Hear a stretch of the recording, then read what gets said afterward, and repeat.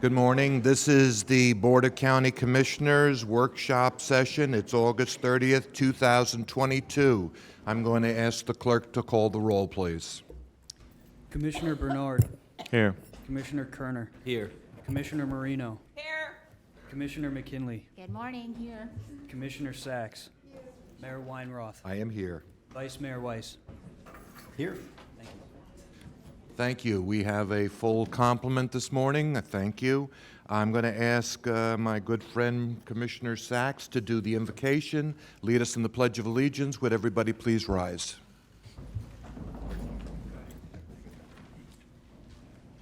Dear God, we are thankful for this day that you've given us, for its blessings, its opportunities, its challenges. We pray for strength and guidance for each day as it comes, for each day's duties, each day's problems. May we be challenged to give our best always, and may we be assured of your presence with us. Amen. I pledge allegiance to the flag of the United States of America and to the republic for which it stands, one nation, under God, indivisible, with liberty and justice for all. Thank you, Commissioner Sachs. Madam Administrator, do we have any additions, deletions, or substitutions to the agenda? Mayor, we do not. Thank you. Can I have a motion to adopt? I have a motion by Commissioner Kerner, seconded by the Vice Mayor. All in favor, all opposed? That's approved unanimously. Okay. We are going to do something we don't usually do in a workshop. We're going to do a special presentation. I'm going to go ahead over there.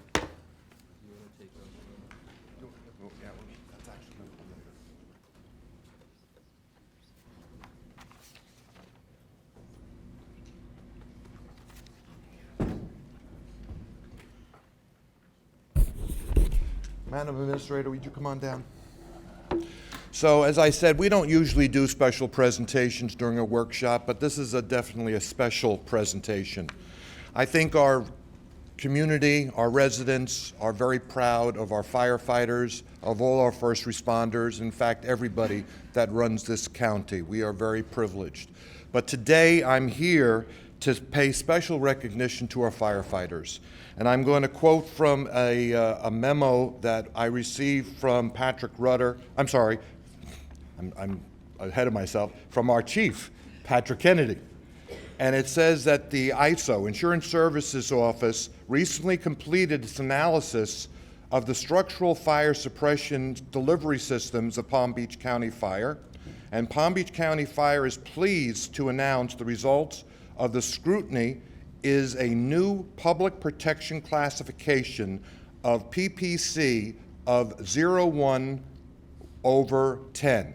Now, this is really important to our residents. This makes a real difference, not only in the fact that you should be proud of the fact that we have gotten this classification, which actually only 0.01% of the fire departments in our country have achieved this classification.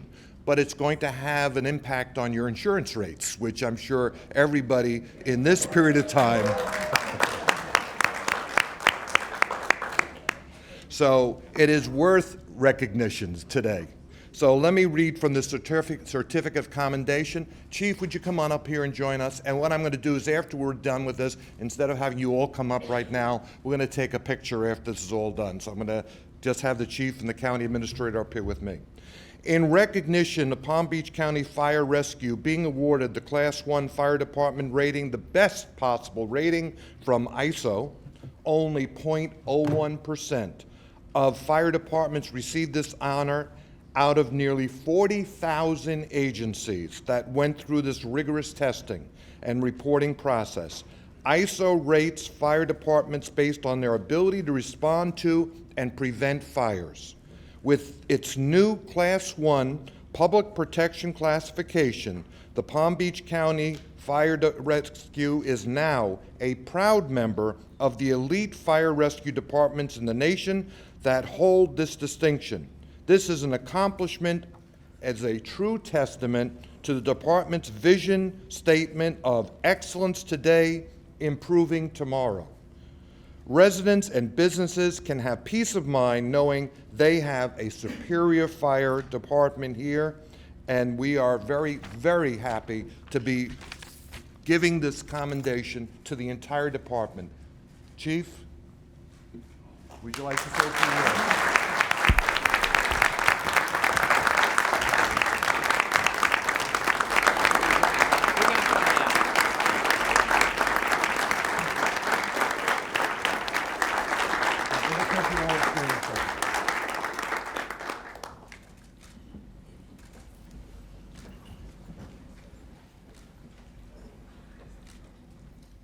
Chief, say a few words.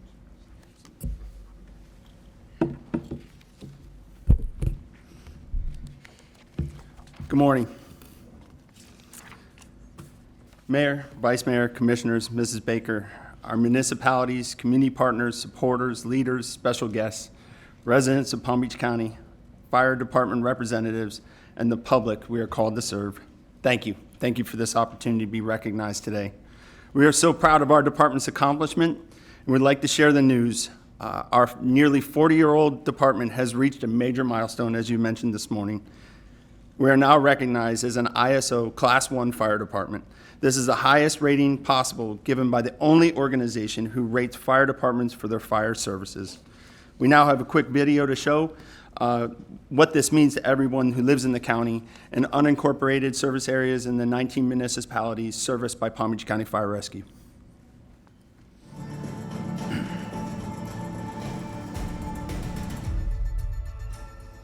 You are our community, our residents and visitors, our neighborhood supporters, and our leaders. From unincorporated Palm Beach County to the 19 different municipalities we service, you are our family, and you deserve the best, the highest level of fire and life safety services. Palm Beach County Fire Rescue exists to give you that.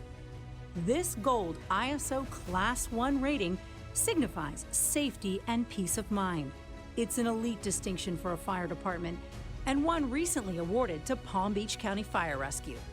To be an ISO rated 1 is like the cream of the crop. The Insurance Services Office, or ISO, rates fire departments across the country on a voluntary basis. A Class 1 is the highest public protection classification possible. We are the best fire department, for sure, and this is one way to really solidify that we are the best fire department. About 40,000 fire departments across the nation undergo the testing, reporting, and evaluating process, but only 388 earn the Class 1 top distinction. That is the top 0.01% of fire departments nationwide. It is a rigorous training, but we don't want second or third place. We want to be number one. We've always been doing this stuff. We've always been a great fire department, but now this is just getting put on paper for us to show, hey, listen, we got proof that we are the best fire department. For a large regional fire department, this is even more challenging. It's the gold standard. So what does that mean for those who live in the Palm Beach County Fire Rescue service areas? Safety and peace of mind. A quick response. Ample staffing. Single vehicle. They're saying 2 occupants are still trapped inside. The most advanced equipment. Around-the-clock training. You could never train enough for a job that can kill you. And the ability to move water with speed. What this really comes down to is that our crews, our drivers, our people on our suppression apparatus are able to get water where there's no water sources. We have top-notch fire prevention programs with fire and arson investigations, community education, inspections, and our 911 dispatch communication center is state-of-the-art. Okay, just stay in your vehicle. I have fire rescue en route. We'll be right there. All that boils down to the safest, best protected community to live in. Palm Beach County Fire Rescue, excellence today, improving tomorrow.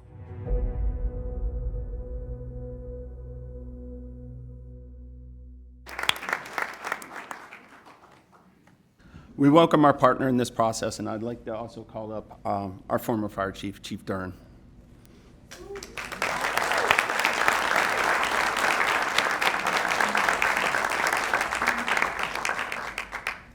Also, I'd like to call up Community Hazard Mitigation Manager Mike Marash from ISO.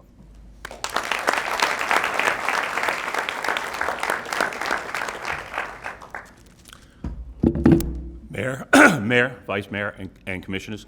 So I'd like to just take the opportunity to let you know and also to congratulate the county, the residents, and especially the fire department for the great service which they have provided and have shown they can provide to your community. With this, we want to welcome them to become a member of the Class 1 family of Verisk and ISO. This is a very, very, very, very highly distinguished award that we see when we present this. You know, just more than what they've done, I want to also mention that, you know, Class 1s are out there, but the ability to deliver alternative water on top of retaining, on top of making sure you get that Class 1 for those residents as well, that is very, very big. That shows that their fire department is well organized and can do what they need to do for that service. So congratulations.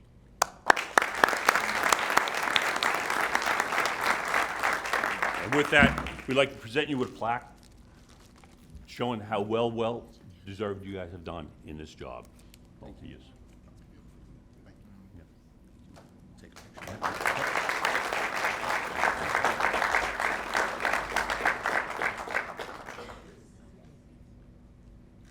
Mr. Mayor, could we bring everybody up here for a photo with that? Thank you.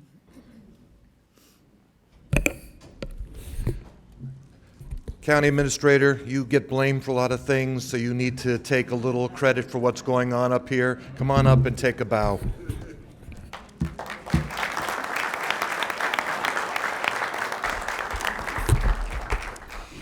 First, I'd like to thank my former chief as well as our current chief and the outstanding men and women that work at Fire Rescue.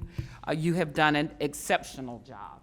And I know, and our community knows, that when push comes to shove, you're always there. You showed that during COVID. You never flinched when I asked you to do the impossible. You did it. And so this is just a combination of just your efforts, your dedication and commitment to our community. And I know that our board definitely supports Fire Rescue. They've shown it. Our third man on the truck, I think, did the trick. And Commissioner McKinley, you pushed that effort. So thank you for your leadership in that effort. And the board approved it. So I think accolades go to all that supports our Fire Rescue Department. Thank you. I'm going to ask all of our firefighters in the room to come on up and join us. I know my colleagues would like to take a picture with you, so come on up.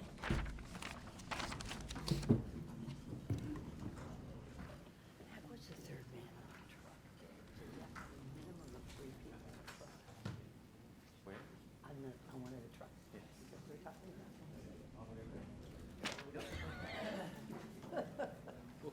Wake up, wake up. I know, I'm busy.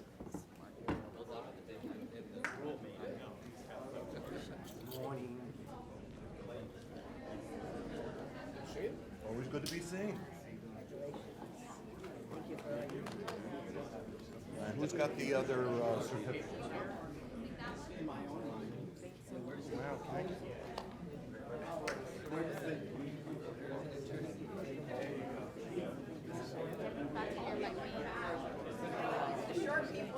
Short people. Chief, why don't you unwrap that?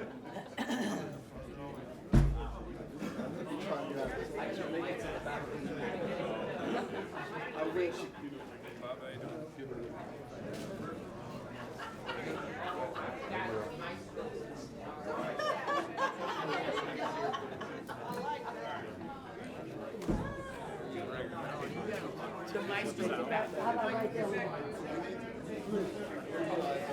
Okay. Sneak right in here. Absolutely. You directed.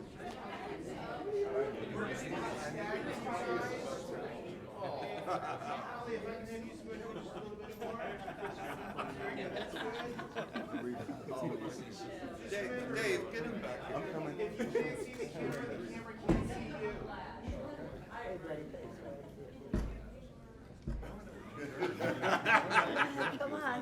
Now I know what you feel like up this time.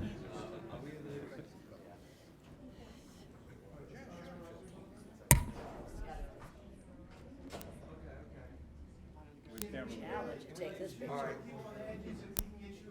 Folks on the risers in the back. If there's any more room, if we can get some folks, 'cause, yeah, you guys are right on the edges. Are we on this side? Right on the edge. Do we have any more, do we have any more room where we can get back on the right, on that riser right here? Okay, that's good, all right. One more in the back. Yes, thank you. We need them back.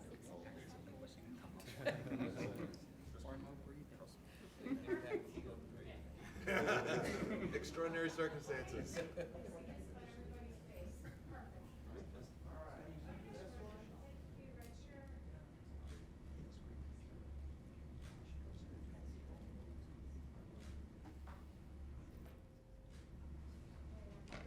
Okay, for me real quick. All right, guys, here we go. Ready, and 1, 2, 3. One more, hold on. Last one. Here we go. All right.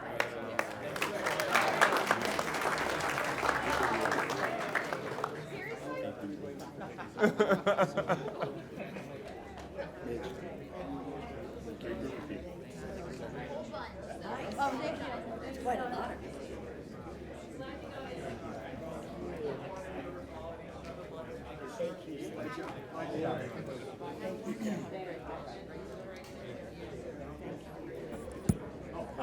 Chief Kennedy, you're recognized for one more remark.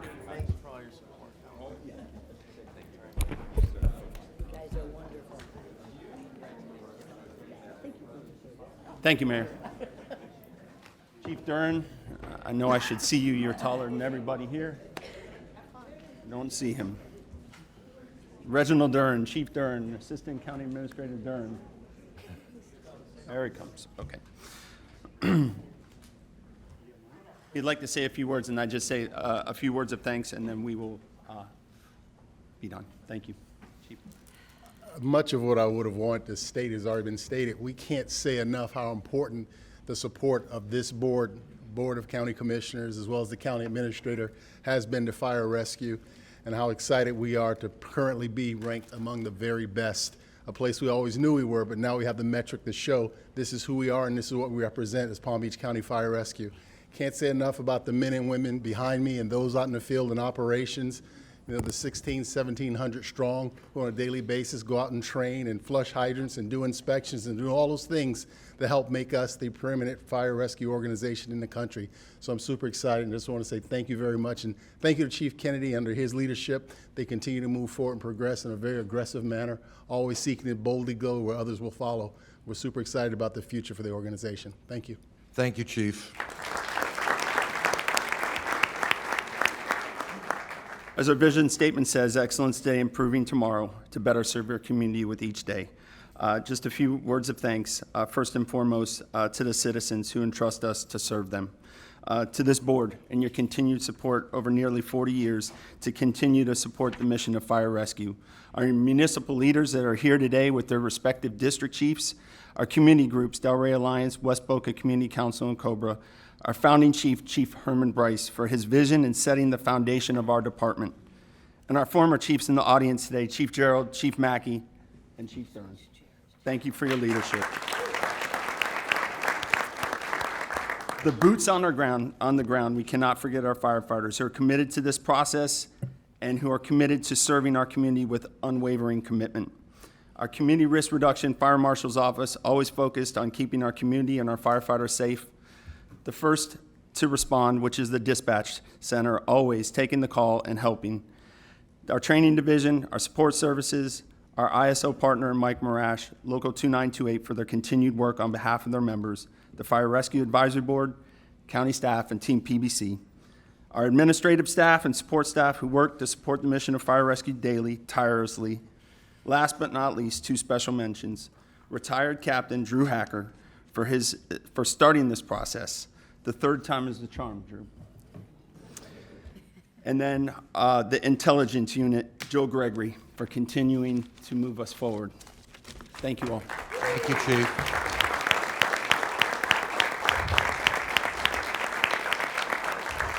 And before I recognize Commissioner Marino, I wanted again repeat my remarks. This has been a long time coming. Obviously, it was the result of a lot of people's work, not the least of which is our county administrator, who has been behind this, supporting this, and as has been said, one of the factors in this, of course, Commissioner McKinley, and your efforts to make sure that we supplied the manpower to make sure that this happened. So this has really been a day of accomplishment. Our residents should be very proud to live in Palm Beach County. Commissioner Marino.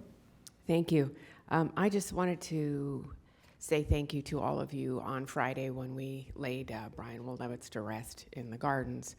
You all were a big support in making that happen. I know that you were staffing the Gardens fire stations when our firefighters were at the funeral. So it is truly a brotherhood. It shows why you can work with the other departments, and I recognize that, and I just wanted to say thank you. A brotherhood and a sisterhood. Commissioner McKinley. Thank you, Mayor, and thank you, Mayor, for bringing this forward today. And it was very worth going out of order on this one.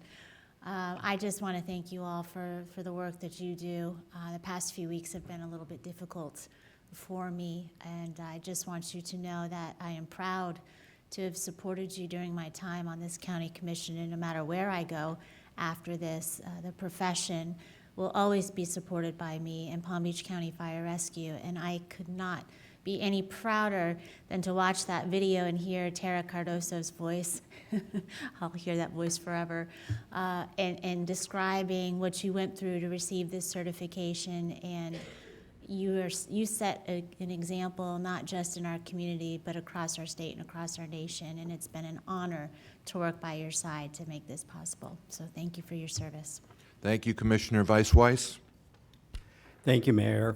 I just want to take a moment to just express my gratitude for everything you all do. 365 days a year, 24 hours a day, you're there. When our residents, unfortunately at times, when they need help, you're there to answer that call. And you've made a difference. And to see you be recognized for the excellent work that you have done over the years makes me proud, but it makes our community proud. So thank you all very much, and please take my remarks back to the troops. Thanks again. Okay, we are going to move on now to our business. We do have an item on the regular agenda. I have two items on the regular agenda. I'm going to hold back item 4B1 until after we have our second workshop. So I'm going to look for a motion to approve 4A1 and 2. So moved. I have a motion by Commissioner Kerner, seconded by the Vice Mayor. All in favor, all opposed? Show the Clerk and Comptroller's request for 4A1 and 2 have been approved unanimously. Okay, we are now going to move on to our workshops. We are going to do the Criminal Justice Commission Board presentation on policing forums and recommendations. Good morning. Tough act to follow.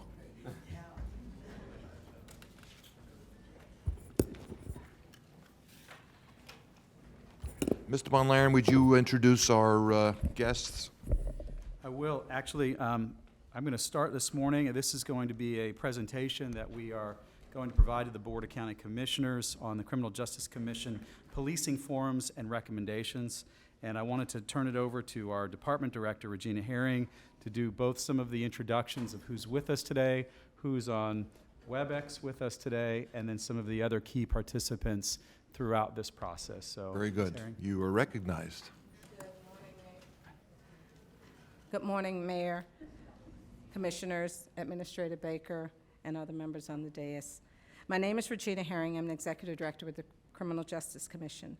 Along with me to present our final update on the policing and community forums and Dialogues to Change sessions are our Chair of the CJC, Reverend Kevin Jones, our co-chair for our Community Engagement Task Force, Ms. Barbara Chiefs, and also on our WebEx is Jamie Lee Bradshaw, with a Chief Strategist with the Community Partners of South Florida. Welcome. Additionally, in the audience are a host of community residents and state system stakeholders who have continued to actively engage in this project to see it through to this meeting. On or about June 2nd, 2020, following the death of George Floyd in Minneapolis, a delegation of Palm Beach County Black elected officials appeared before you, with a number of suggestions on police policy reforms in Palm Beach County. These suggestions centered on policing practices and procedures in Palm Beach County. The CJC, at the request of the board and Administrator Baker, began working on this project to develop a questionnaire and ask policy questions on 9 key points brought forth by the BEO, and 100% of law enforcement participated and responded to that questionnaire.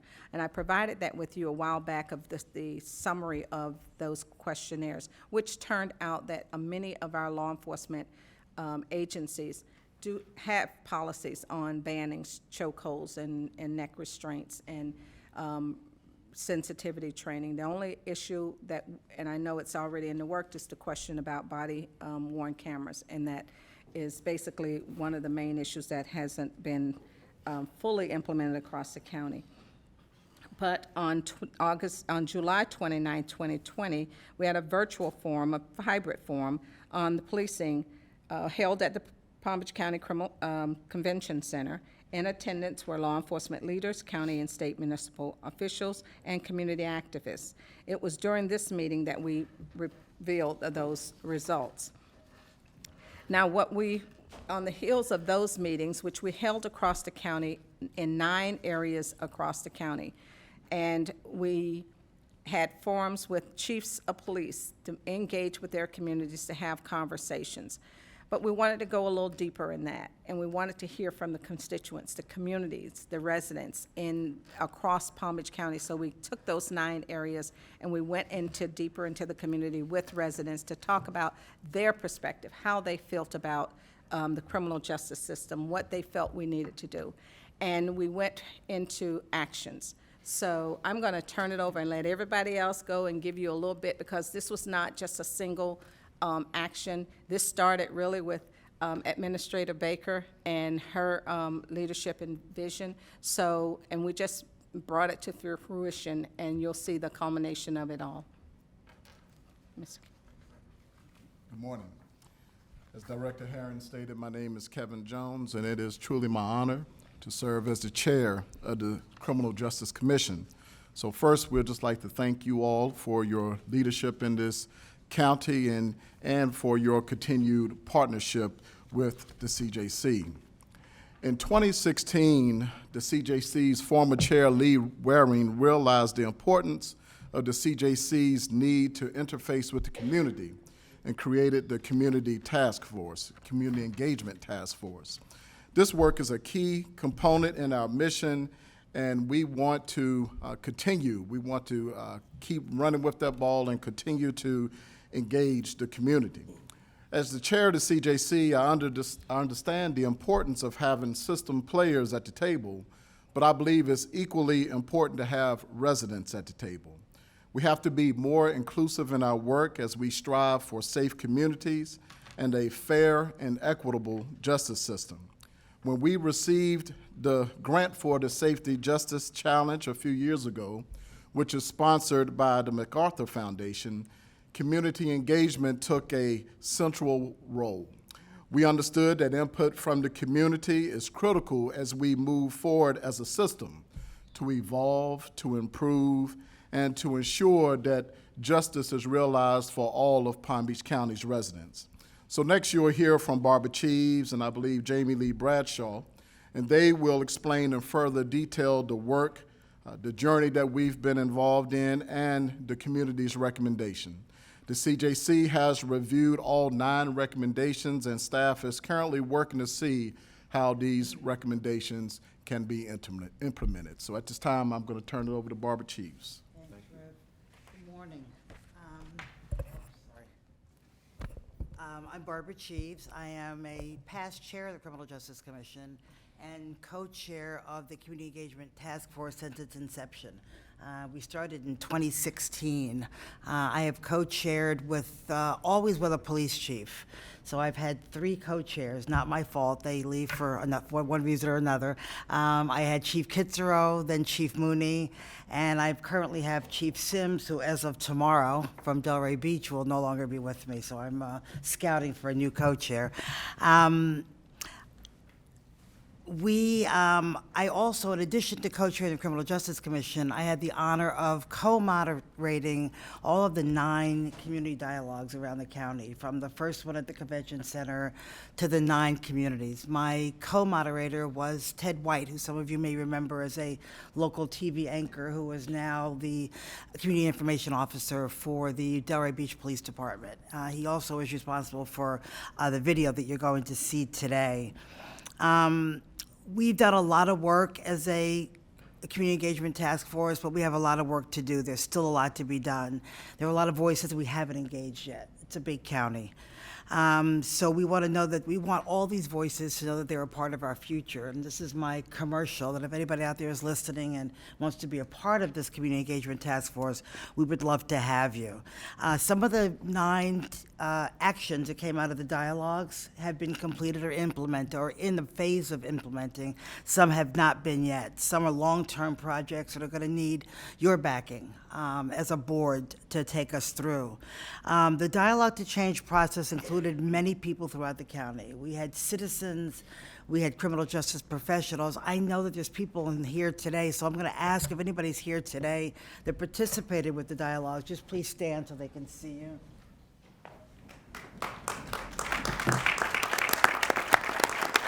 Thank you. These people gave up 6 weeks plus of their lives to be part of these dialogues via Zoom, which is not an easy way to participate, but they did it over 6 weeks, and we were proud to have them there. We had segments from people from all segments of the community. We're going to let my friend and colleague, Jamie Lee Bradshaw, who, as Regina said, is the Chief Strategy Officer for the Community Partners of South Florida, take it from here and tell you more about the actual dialogues. And hopefully she's there, so I don't have to do it. Let's hope. Good morning, you're technology recognized. works. Thank you so much. Yay. And I'm here. So I thank everyone for your time and allowing us to have this conversation about the dialogues to change that occurred in Palm Beach County. So the dialogue to change that occurred took 5 weeks online, Zoom, 2 hours, facilitated by 36 facilitators and engaged over 175 of your neighbors.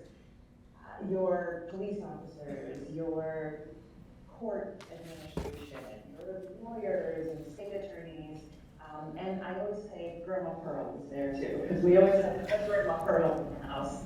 And so through 5 weeks, the Dialogue to Change process ensures that they're building relationships and channels of communication and trust. And through those 5 weeks, they learned and got to know each other as humans, as individuals, minus the shield, the badge, or the Esquire at the end of their name. And they understood that they all had a shared mission and vision to increase well-being in communities, and they all took on the charge. So through those 5 weeks, they built relationships, they listened to data, they talked about the root causes of some of the challenges that they're seeing in their communities. And at the end of their 5 weeks, they identified 3 action ideas that would improve their neighborhood.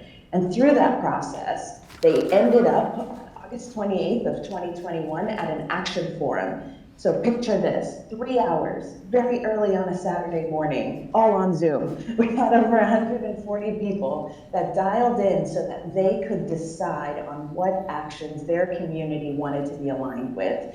And County's own Dorit Miller was there, and you'll see her in the video, just welcoming everyone for their sacrifice for the weeks and through the dialogue process. The video I'm about to cue up documents from the policing forums that Barbara mentioned all the way through the actions that each group really wants to implement.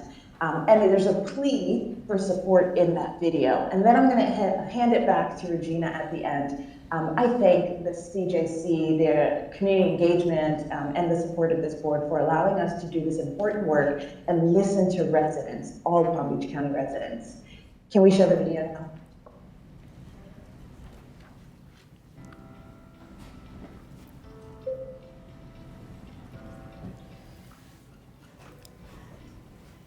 Hi, I'm Jamie Lee Bradshaw. I'm the Chief Strategy Officer at Community Partners of South Florida. After the murder of George Floyd in June of 2020, Palm Beach County's Black elected officials penned a letter to the county asking them to ensure that all Palm Beach County residents were protected and served at the highest quality. As we know that public safety is an essential service that is needed by all of the residents in Palm Beach County. And in order for that service to be fully effective, the approach should be a shared partnership, and that is the community and the police have to work together. But in regards to racial profiling, I believe that it's so important for us to understand the context of, the history of policing and how some of the bias exists. The county tasked the Criminal Justice Commission, or the CJC, to delve into this effort. They decided to leverage the support they were already receiving from the MacArthur Safety and Justice Challenge around community engagement to decrease inequities in Palm Beach County. Thanks for putting this event on. I think it's needed and necessary, not only in Delray, but throughout Palm Beach County. And moving forward, that is the goal, to move this program around Palm Beach County to answer questions from the community. That falls right within our policing philosophy, and that being, we don't necessarily want to police in the community, we want to police with the community. Yes, we're a law enforcement agency, but we're really so much more than that in the sense that we're dedicated to being part of the solution for the community. My takeaway was accountability. We're having all these community forums specifically driven by issues like this. So when I use the word accountability, we're able now to see that law enforcement, we're not above the law. And if we step out of the bounds and the confines of our oath of office, our statutory obligations, then we'll be held accountable, just like every other citizen. The CJC set forth to engage residents as well as criminal justice professionals to have authentic conversations about the challenges that face all of us. What do you gentlemen think about the future of Palm Beach County? The future in law enforcement in this county means continued investment in our agency and professionalism, and that means more funding, more training, and newer technology. To dive in, Ms. McKinley stated that there is a budget that needs to be approved. I not only stand here for the people that are out there peacefully protesting, I'm also speaking on behalf of our homeless neighbors out there that are also experiencing the disconnect when it comes to policing our homeless neighbors out there. I think any effective community engagement would have to be focused and balanced. It can't be all about the punitive. We need to do more to support those preventative efforts and the informal social controls. After the 9th Policing Forum, the CJC's technical assistance partner, Everyday Democracy, presented an opportunity to authentically engage in an action-oriented dialogue process. Evident that there's a cultural difference between our community and law enforcement. And as a result of that difference, our community are operating in a hopeless mindset. Well, people need to recognize the importance of the positions that they hold and the decisions that they make in others' lives. And I feel the residents within the community need to be aware of who they are so that they can be held accountable for the decisions that they make. You're right. There's a disconnect between law enforcement and community. The conversation allowed me to see the different perspectives. Law enforcement need to be a little bit more culturally competent, and residents need to have a better understanding of the work that the law enforcement do. This will allow us to bridge that relationship gap. Mental health and racism were overarching themes in all of our conversations, and we need education and other things to address this. There are systems and initiatives out there in different cities around the country.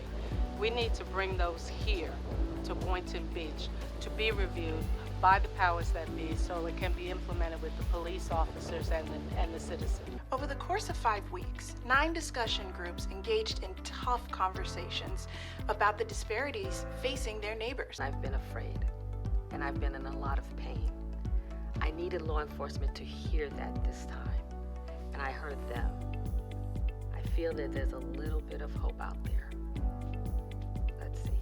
I hear you, and it saddens me, but it also encourages me and motivates me to do better, because I work and live in the community that I serve, and I want people to see the good and see my heart. And they need to see that, because I feel that their fears are deeply rooted. And the only way we're going to change that is by building relationships, more engagement, and hopefully that's going to spark change that we need to see. And so much of what we see is across the country with social media, it's with news headlines, and it's not the reality of what's going on the ground. Hopefully through the distribution of these videos, we can have a conversation about reality of what's going on locally. I like that because my life experiences haven't been the same as everyone else's. And that's why I'm really looking forward to these videos, starting the change that we want to see in our community. Throughout the dialogue, organized by city, the groups had the opportunity to identify potential action ideas that would make a positive impact on their local neighborhood. We know now, more than ever, it's in our face that there are problems and disparities. The statistics show it, and until Dialogue to Change, I didn't know that there are programs out there trying to fix it. So the programs exist, and the problems still exist. And it's important to give them a second chance as well for an impulsive decision that might affect them for the rest of their life.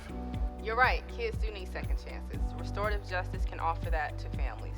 Families need to know what options are available to them, and as a county, we need to be able to offer restorative justice across systems in a unified way. So if we're serious about making a positive difference for young people, then we'll use the unified approach for restorative justice, and we'll just do it. It's possible, we just have to stick to it. The work continues. Some of the 9 goals have already been adopted by county departments to ensure implementation, while others require policy reform, which can only be voted on by the Board of County Commissioners.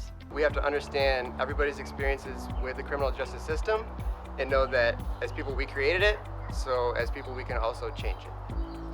And for the system to change, we need to have the right people in place so that change can happen, which is our leaders.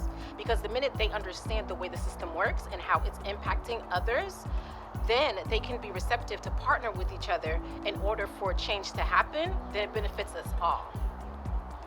Yeah, during the conversation, there was complete consensus around the fact that there's a major problem. And for me, going to REI was everything. It changed the way I work, it changed the way I thought. It was like the Matrix was revealed. And that's why we need our leaders to go to these. I think together with PBSO, the City of Lake Worth Beach, and its residents, we can really move the needle in making our city be more aware of how to be humane and not criminalize everything. I know what it feels like to be harassed by the police. I know what it feels like to be mistreated by the police. And I didn't realize I had a voice, but now I know I have a voice. And the iCard is definitely a vehicle to start that change. I was able to get my license, pay my court costs, register to vote, get a job, and on top of that, I even got married because of being in reentry. We already know there's reentry programs. We weren't thinking about the Glades because we don't live here, and that's the problem. 27 potential action ideas were developed by the groups. Those 27 ideas were presented at the Action Forum that was held virtually on August 23rd, 2021. Brought this to fruition, bringing our partners, bringing the community. They started this community engagement work years ago, and we're now seeing a lot of the fruits of that labor. So I'm not going to hold you up. We have many elected officials on the call. We want to welcome you and thank you for being a part of this process. The work that you're about to hear about today was born. And community engagement is so incredibly important to the work of the Criminal Justice Commission. You know, we look at all the professionals at work, but who are the professionals there to serve? They're there to serve the community. Good morning, everyone. And it is an absolute pleasure and joy to see every single one of you on this beautiful Saturday morning. I know it's a huge commitment on your part to dedicate 3 hours to this cause, but we're here because we all know that it is extremely important. And today marks a culmination of the dialogues that have been taking place all over the county. And we are all looking forward to see what we have to offer and what we have to put at the table. The Palm Beach County can take those into consideration, develop an action plan, and to move us forward. Our collective community, residents and criminal justice professionals, have spoken. They've shared what is meaningful and passionate for them, and we're hoping that all of these actions can be accomplished. We're thankful to the Criminal Justice Commission, to Everyday Democracy in Palm Beach County for giving us the opportunity to engage meaningfully with everyone.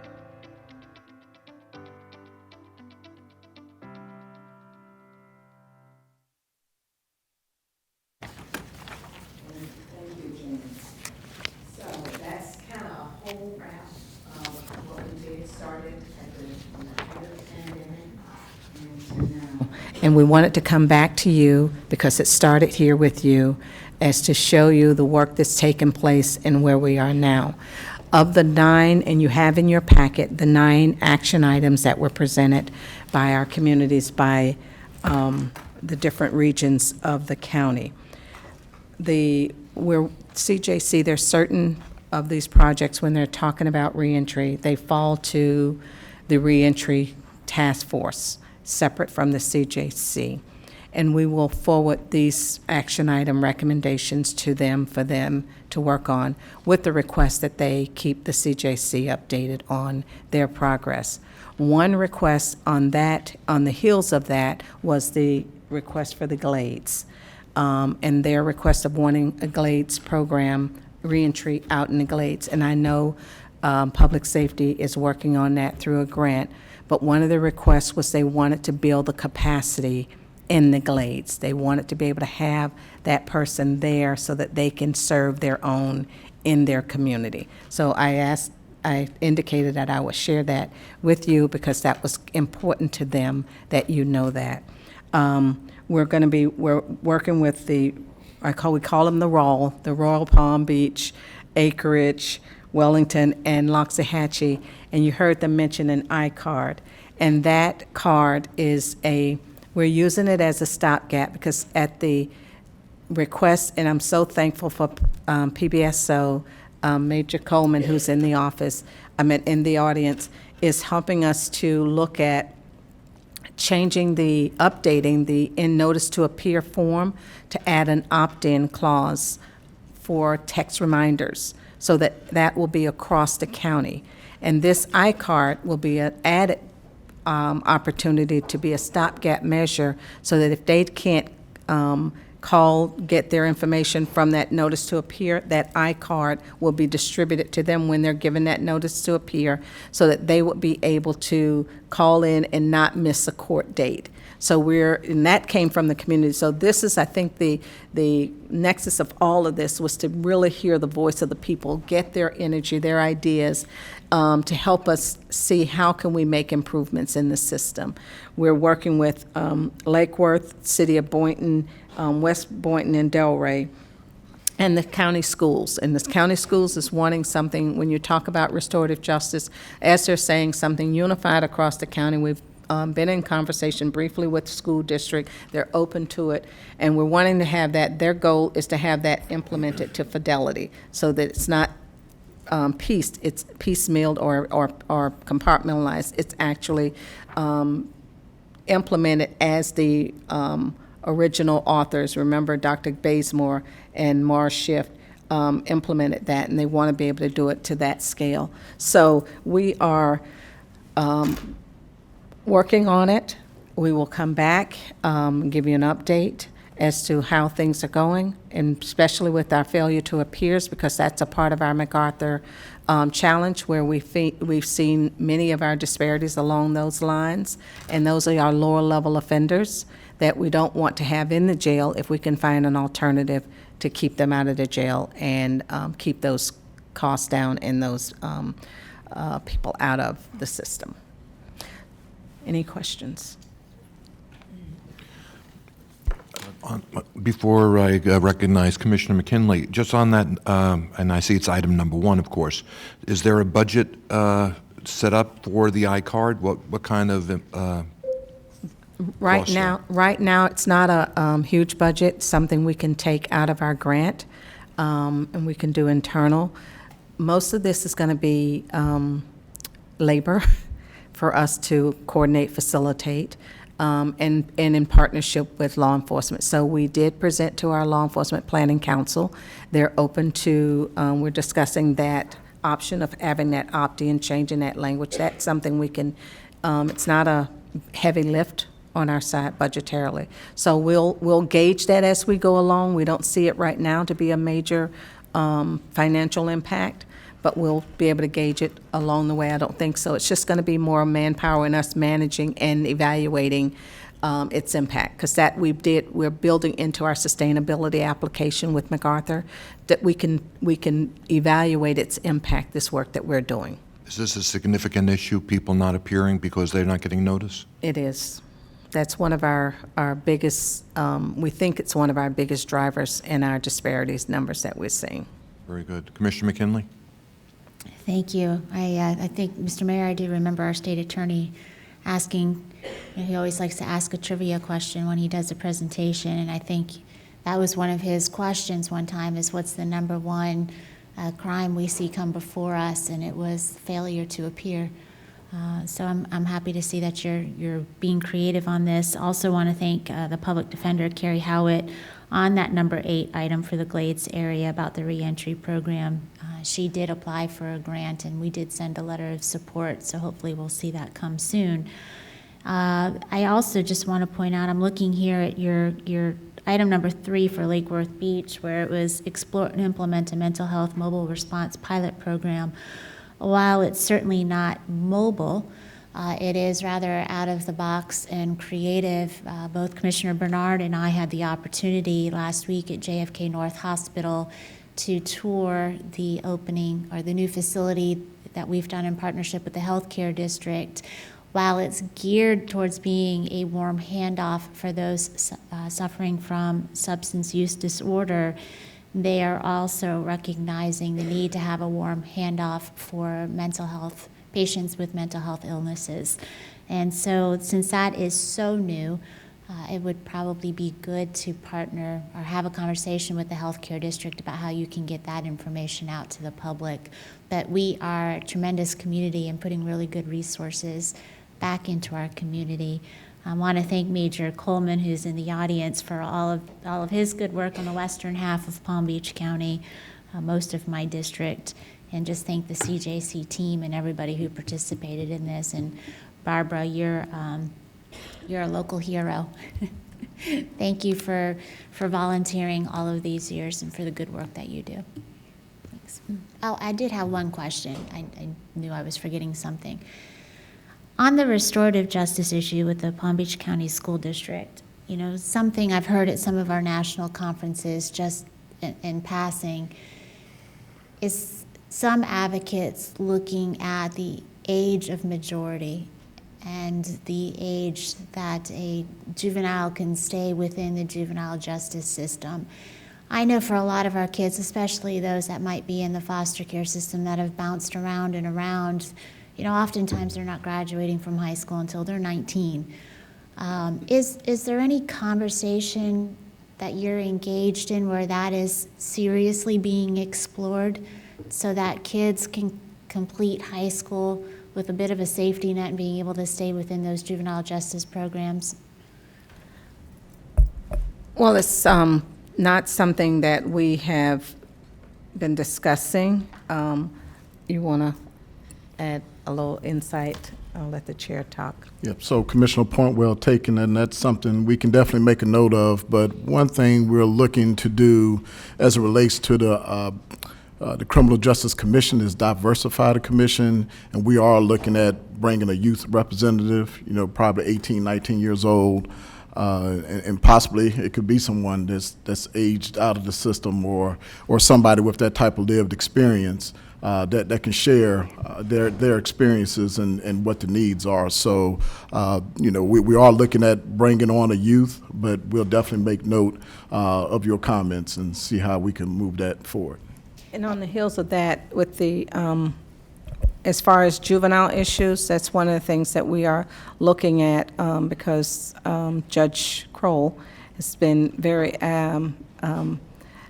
an advocate for us to really dive deeper into looking at issues regarding juveniles. So we're looking at how can we do that without replicating what the other juvenile justice committees are doing.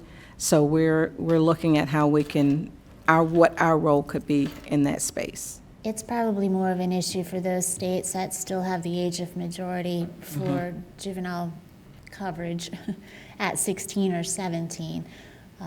And there are states across the country that you're no longer a juvenile once you turn 16. But it's a conversation of how can we help the kids who are still enrolled in school be able to overcome some of that and have a successful career and a successful life beyond that. So, thank you. Thank you. Thank you, Commissioner McKinley. Commissioner Bernard? Thank you, Mr. Mayor. Just want to do a quick comment. Just want to thank Todd Von Laren and our county administrator for bringing this to us today. Barbara, I know Steve is not here, but y'all did a phenomenal job with moderating and going around the whole county. So thank you for your dedication to the residents of Palm Beach County. And Kevin Jones, thank you also for being here and presenting. And everyone who participated in this whole process. And thanks for being here, and the whole CJC team, Regina. We brought this to you, and I don't think we knew what we wanted, and but the end product is some recommendation and things that we can do to improve our community. And also, Jamie, you did a great job with the presentation. So really happy about the presentation, and we look forward to continuing to work with you to try to improve our community. Thank you. Thank you, Commissioner Bernard. Vice Mayor? Thank you, Mayor. Thank you very much. I appreciate everybody's work and understand a lot of this was volunteered, and so that's even more impactful when people take their own time to be able to do this. You mentioned in the video there's some policy changes that need to be voted on by the board. Can you recap what those are? Well, those will have to vet out a little bit more of what they're actually referring to. One would probably be, as we're talking about the FTAs and the NTAs, the internal processes for those individual agencies to do that across the county. They'd have to all buy into that process. The other may be some internal, I don't know if it's policies in terms of that this board would make. We'd have to look and see as we get to it if we run into those types of challenges to be able to bring to the board. But I don't see anything that I know of that we would have to come to the board for a complete change in policy. Okay. Maybe some internal things. All right, thank you. Commissioner, I think a lot too depends on the Glades. If we can, hopefully we can receive the grant that the task force, that the reentry team, put together. But I would imagine if we don't receive that grant, we may have to come back, to the commission as far as looking at funding some work out there. All right, thank you. Before I recognize Commissioner Sachs, I have a question on item 6, which was the encourage decision makers to attend the Racial Equity Institute. I see that there's a reference to HB 7. I tried to figure out what HB 7 was doing. They were so heavily amended, and I'd have no idea where it landed. What exactly is going on? Because I think education certainly is an important component of what we're talking about today. sorry, I keep forgetting that. Thank you. The only place that will apply is that it can't be mandatory. Can't be mandatory. Yeah. Okay. The training will be available. HB 7 at the end just says it can't be mandatory. Okay, all right, very good. We hope because that people will voluntarily want to be there. I think everybody agrees that the educational component on this is very important. Commissioner Sachs. It's so heartwarming that you all are doing this and working with our commission and with the Criminal Justice Commission. I was on that years ago, and I very much enjoyed the collaboration of all the different groups: law enforcement, judicial, state attorney, and of course our public defender. I also want to mention that I want to, and he's not here, so maybe it's good I talk about him. My colleague, Commissioner Bernard, because he always puts his personal time into working with the community and making things better. I've been in criminal defense over 30 years. It's a journey. It's a journey. And you all have worked with all of the different, and you need partnerships from all the different parts of our community. It's not easy. And sometimes there's disappointments, but working with people, it's a blessing to work with them. And thank you so much for all you do. Whatever we can do, please, we're with you. Appreciate all you do. Thank you. Very good. Thank you, Commissioner Sachs. Commissioner Kerner, you're recognized. Thank you, Mayor, and a special thanks to Jamie Lee Bradshaw, Reverend Barbara. I had an opportunity to work with all three of you in varying degrees, and passion for these issues shines through and certainly is very effective, and for that I'm thankful. I wanted to just talk briefly about, first I'll tackle the REI issue. I would encourage any member of the community to attend, but particularly those of us that have the honor of serving in elected office. I was pushed forcefully by Dr. Deborah Robinson to go. And candidly, not mandatory, but it was. And I'm very thankful for that, because I went begrudgingly. I don't need this, I was in law enforcement. I know, everything's fine.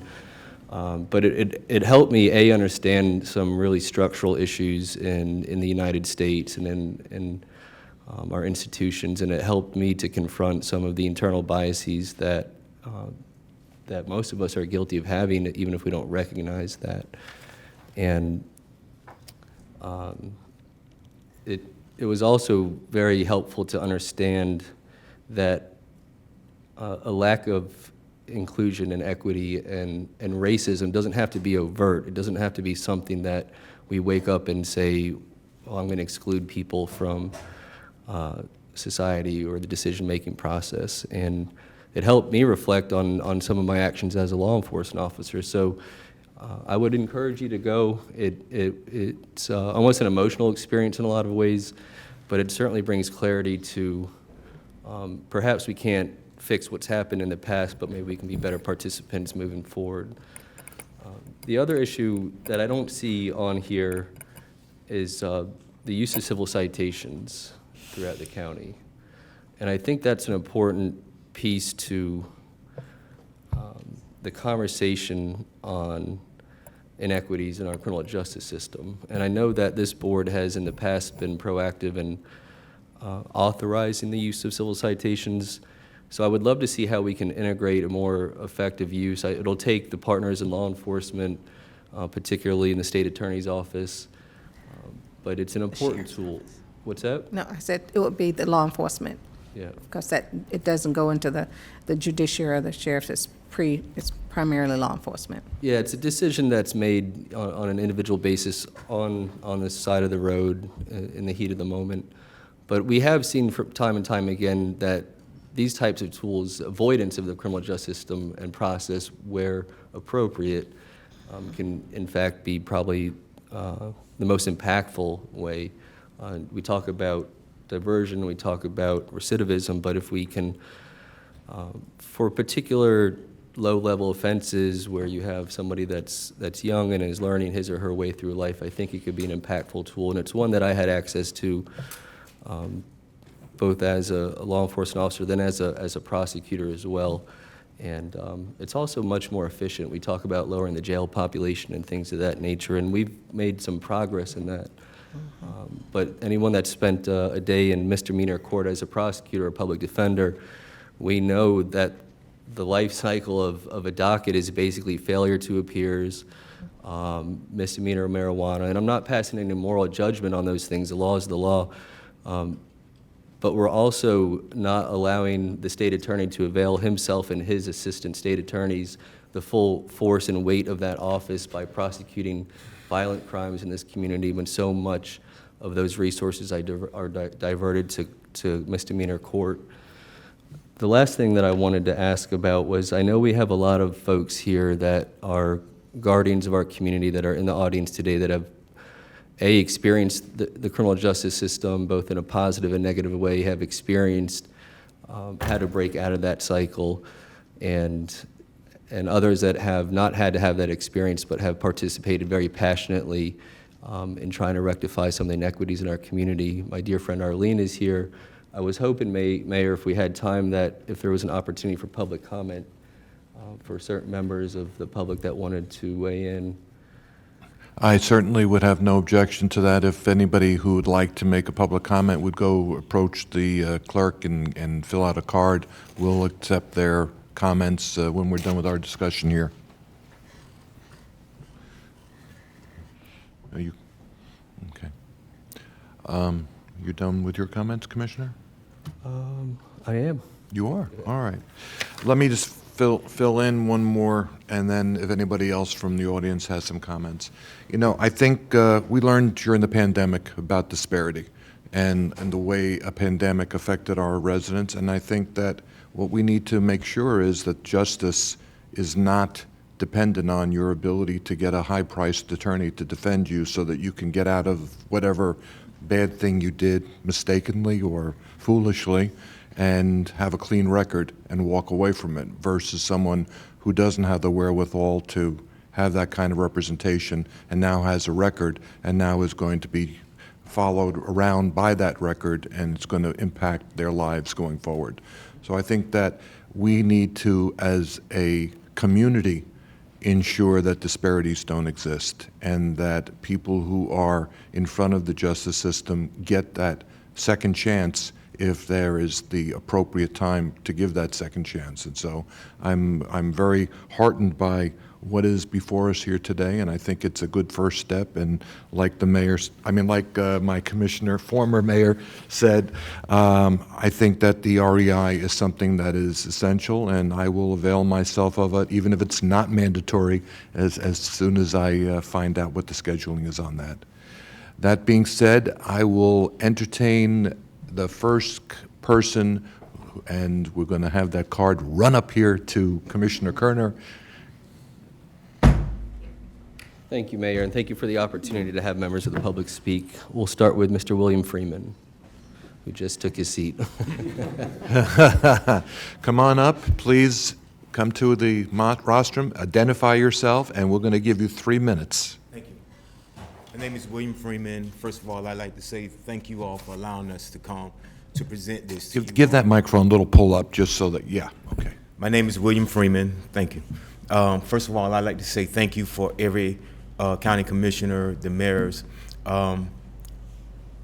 When I was asked to do the dialogues, I took on 2 dialogues, and because I am a returning citizen, and Commissioner Greg Wise came to Sago Palm, I get emotional, so don't. When he came to Sago Palm, and I told him that I want to follow behind somebody that is doing the right thing, and I did that. I got out, and I based my abilities to be in the community, whether it be in the Glades community, whether it be in Riviera Beach, West Palm Beach. I wanted to be a part of every community that I can have to make sure we don't have recidivism for men and women that going back to prison. So the Glades reentry is a big, big part of my life, because even though we're on the east side, Riviera Beach Reentry, Goodwill Reentry, as well as Lloyd Place Reentry, they're all on this side. It takes 2.5 hours to come from the Glades all the way over here, and then on top of that, we miss our appointment. So guess what? We have to reschedule and go all the way back another 2 hours, and at that time, we have missed an hour of work, or not an hour, 4 hours of work. So I'm very passionate about the Glades reentry, as well as something that wasn't shown but has been passed on to the task force of the reentry, is that we produce that video to let individuals like myself, that when I go in, I know what's going on in Palm Beach County, and when I come out, or before I come out, we know what's going on in Palm Beach County, whether it be the reentry or the Riviera Beach, West Palm Beach Police Department, the Sheriff Department, whatever resources we have. So once again, I appreciate you all for allowing us to do this. I thank Ms. Regina, Reverend Kevin, and Ms. Barber, as well as Jamie Lee, for doing that, as well as Mr. Kevin, who has not got permission for doing the videos. And I just want to say thank you all. And we thank you. Next, we'll have Arlene Houston. Okay, and Vice Mayor would like to speak. Mr. Freeman, I just want to say how proud we are of you. You made a commitment to come back to this community and to make a difference, and you have lived up to that commitment. And we are so proud of what you've accomplished and look forward to your future successes. I just feel like I need to add something. I misspoke before. I acknowledged Ted White for doing videos for us. He did some individual videos, but that wonderful video you saw today was done by Kevin Lawson, who's in the audience. So I want to acknowledge him.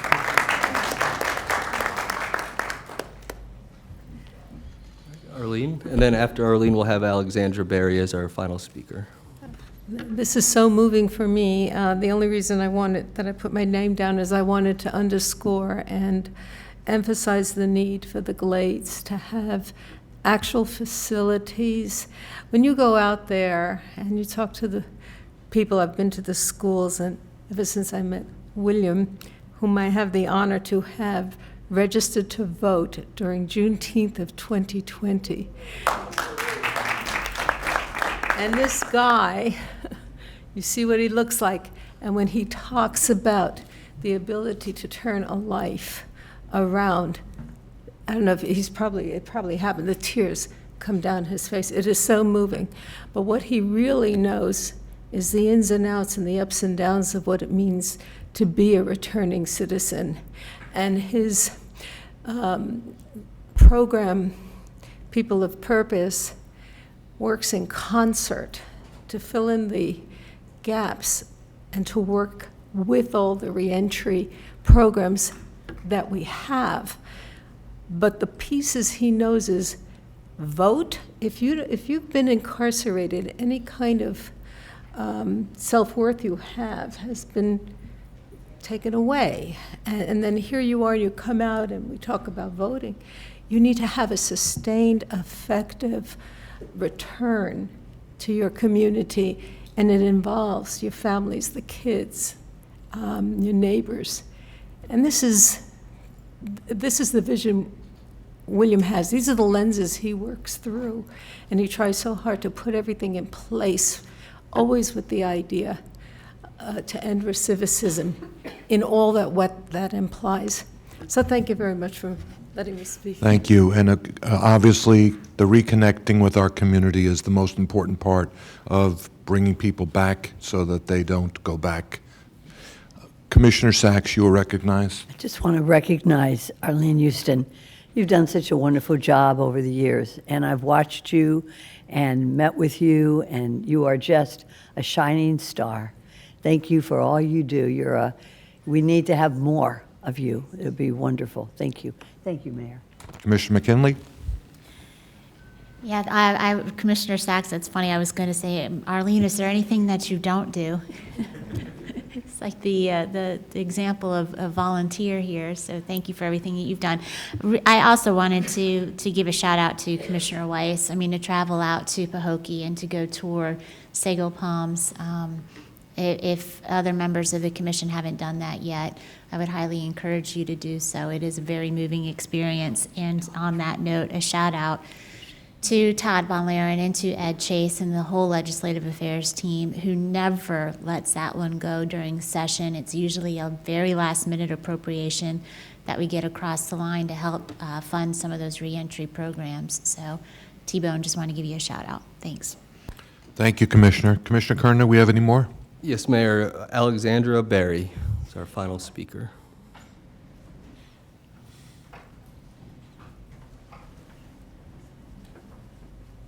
Ms. Berry, you have 3 minutes. Hey everyone, thank you for letting me speak today. And I just want to say thank you to the Criminal Justice Commission and everyone that had this policing discussion.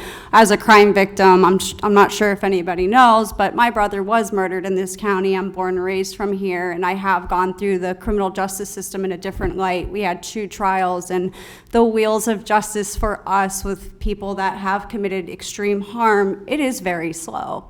So it'd be nice to focus more on those crimes versus, misdemeanors and whatnot to help speed up the healing process for us. We've also spoke on the importance of restorative justice, and that is something that I actually want to do as a crime victim with the offender who took my brother's life. That's not available to me. That's not available to any of us right now, and it is people like yourself that have the power to make that happen in our county. And not just to have in our school systems. I mean, we need to have this throughout all different facets in our criminal justice system to have it allowable. Other states are doing it, like Minnesota, Colorado. We're a little bit behind times here in Florida, and I just want to educate people the importance of restorative justice.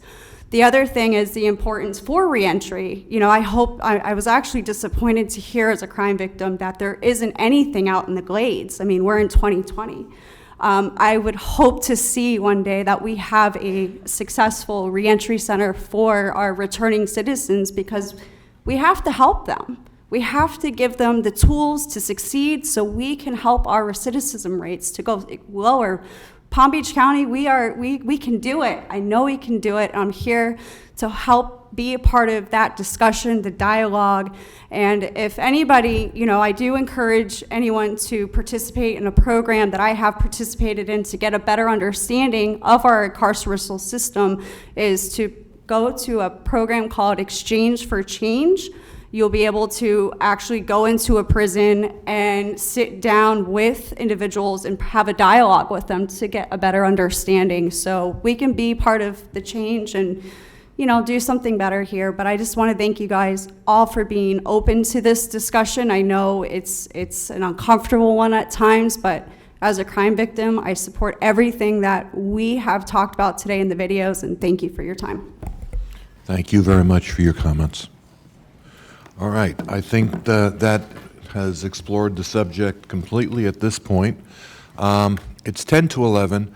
My thought is we take a 10-minute break before we get to our next session, which is going to be a discussion of extraordinary circumstances relating to impact fees.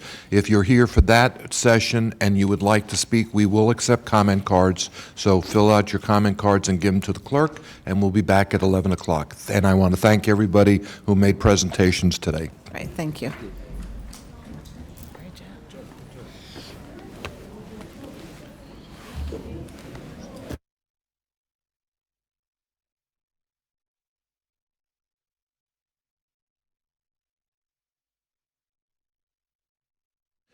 We are going to now turn our attention to the second item on our agenda for the workshop today, and that's the discussion on extraordinary circumstances relating to impact fees, OFMB.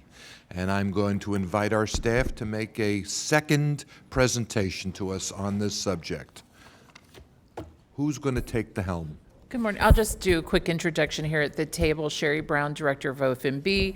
I have Robin Lawrence, our Division Director of Financial Management, and Derek Moore, our Impact Fee Manager. Our consultant, Ms. Kemp, is on web, or will be in a minute, and she'll probably kick us off, but I'll pass it over to Derek to get us going. Thank you, and I'll remind our audience, unlike some of our workshops, we will encourage participation from you. If you would like to speak, please fill out a card, and we will take those cards after staff's presentation, and if there's any comments up here, and then we'll get to you guys.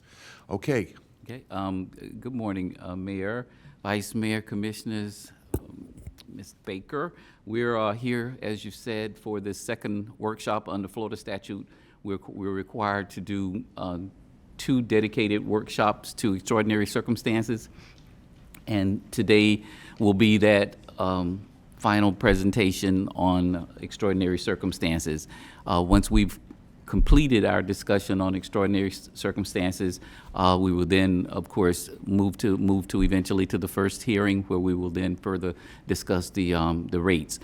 The presentation this morning, the first 26 pages, will be related primarily to extraordinary circumstances. That last 15 or so pages, we will pick up and complete and drill down more into the rates as we move into the first public hearing. And so with that said, Ms. Camp will do the presentation on extraordinary circumstances. Good morning, Adrian Camp with Finish. Are you able to hear me? Yes, we can hear you. Can you hear me? Yes, okay. I think Robin is running the presentation, so is that on? Yes. Okay. Yes, it's up. Okay. So if we go to slide 2, it's basically presentation. You are familiar with it. It goes through the background, extraordinary circumstances, and then we will stop at the fee adoption scenarios until the public hearing. So Palm Beach County, we'll get into it a little bit more in a little bit, but it's a growing county and a large county. So that growth has an impact in terms of a need for additional facilities. The county implemented fees in 1988. They were last updated in 2018, but at the time, most fees remain at the 2012 study levels. Study focus area is the following, the 7 service areas. Next slide. Impact fees are one-time capital charge to new development. Their goal is to cover the cost of new capital facilities. They help implement capital improvement plans and build the facilities. Next slide. Again, their main purpose is to maintain the level of service. They calculate the cost of growth, and they are most needed when there is high growth and limited alternative funding. Next slide. The study is using what we call a consumption-based methodology, which is very common in Florida. It charges new growth based on the value of the infrastructure that is consuming. And by the way that they are calculated, fees don't generate sufficient revenues to cover existing deficiencies, and that's one of the requirements. The study itself calculates the maximum fees, but the board has the option to adopt the fees at reduced rate as a policy decision. And the study methodology, this followed the methodology that was approved by the Impact Fee Review Committee in 2019. Next slide. So there are several legal requirements. One of them is that the fees be based on most recent and localized data. There's a 90-day notice period for any increases. There's requirements on the collection and so on. And in one of the more recent changes is that in any action challenging the fee, the government now has the burden to show that their fees are correct, as opposed to other sides showing they are incorrect. Next slide. In 2019, House Bill 7103 passed, and that allowed local governments to waive and reduce impact fees for affordable workforce housing without having to offset that amount from another revenue source. So that was a change, because we were not allowed to do that before then. But it is a helpful tool to mitigate any adverse effects on affordable workforce housing. It also required indexing of developer credits when the fees increase. Next slide.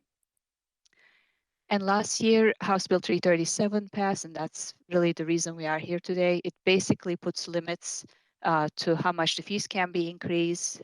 They cannot be increased more than 50%, and that has to be completed over a 4-year period. They also cannot be increased more than once every 4 years.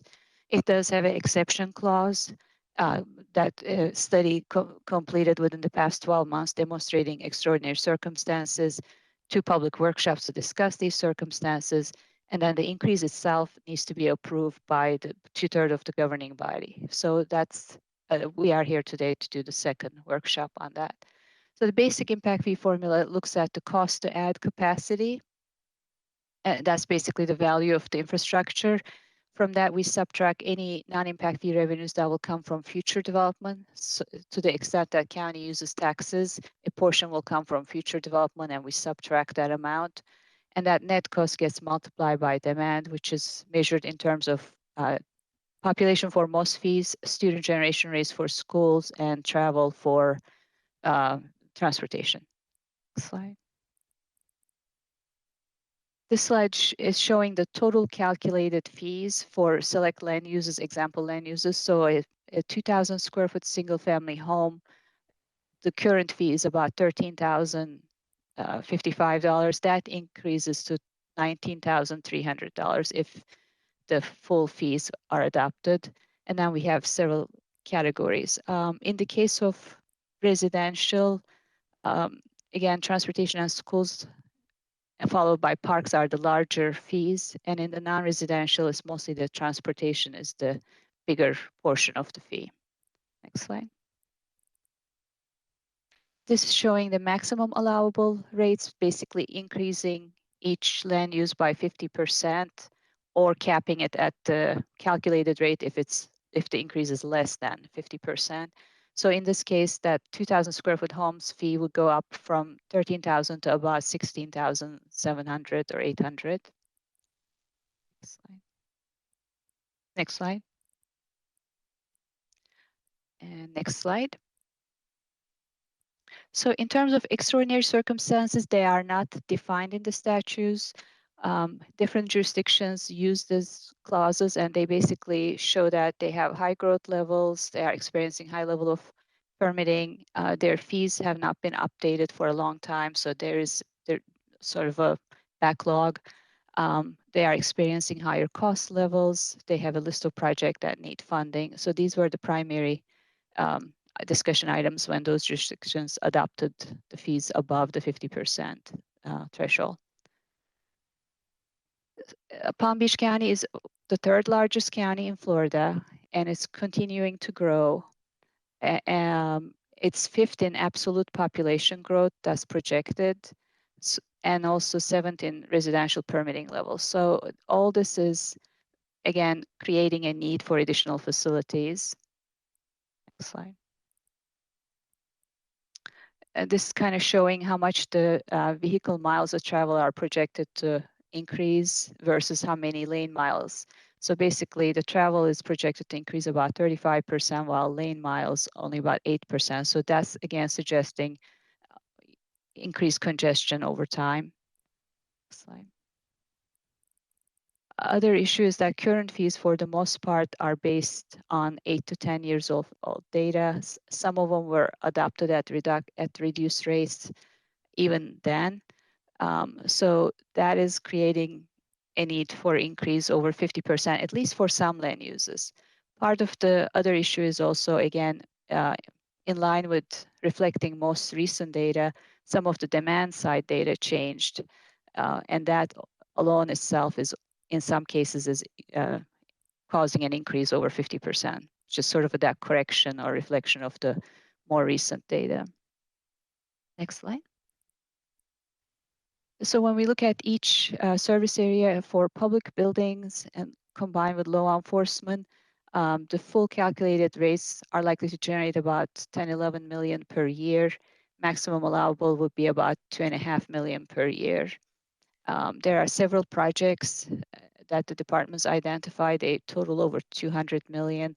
So with the full calculated rates, it would take about 20 years to fund this plan. And with the maximum allowable rates, it would be more like 85 years. Next slide.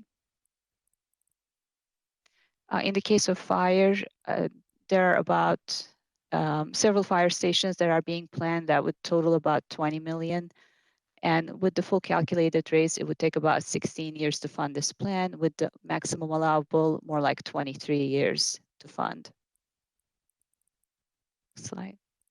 Libraries, there's a Canyon Branch Library being planned for 21 million. And in the case of libraries, the increase was not above 50%. So full calculated and maximum allowable rates generate the same revenue, about 900,000 a year. So that would take over 23 years without subsidizing. Parks and Recreation, again, projects total about 85 million. The full calculated rates would generate 8 million per year. Maximum allowable is about a little bit more than half of that. So it would take 11 years with the full rates and about more like almost 20 years with the maximum allowable rates. Next slide.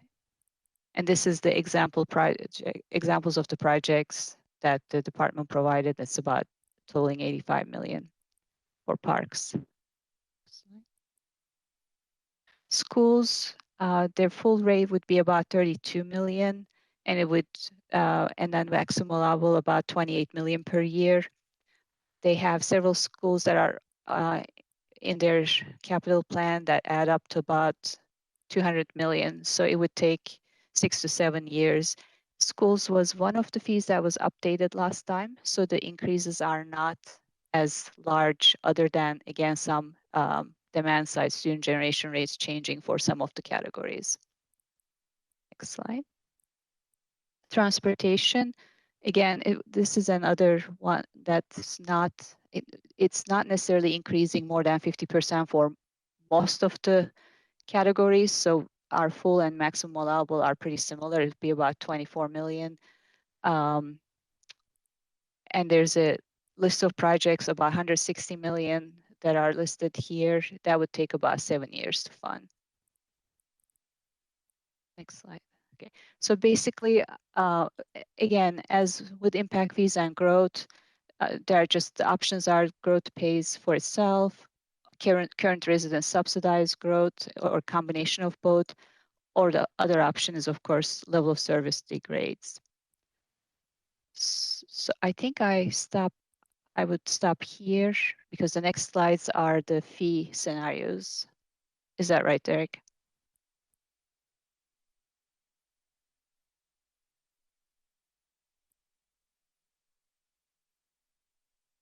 Obviously, had an opportunity to meet with each of you to talk about this a couple of times. Had an opportunity to meet with Economic Council and some of their people, and Ms. Baker met with some of those stakeholders along with us a second time to give them an opportunity to share their input.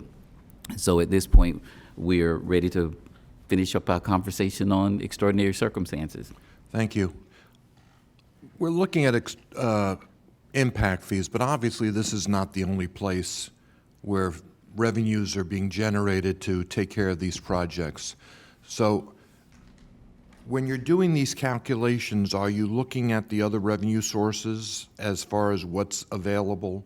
We certainly are. We give credits, when you go through the details of the study gives you all of those numbers and the information, ad valorem, all of those grants that we take into account to provide a reduction of the cost. Ms. Camp, can you hear me?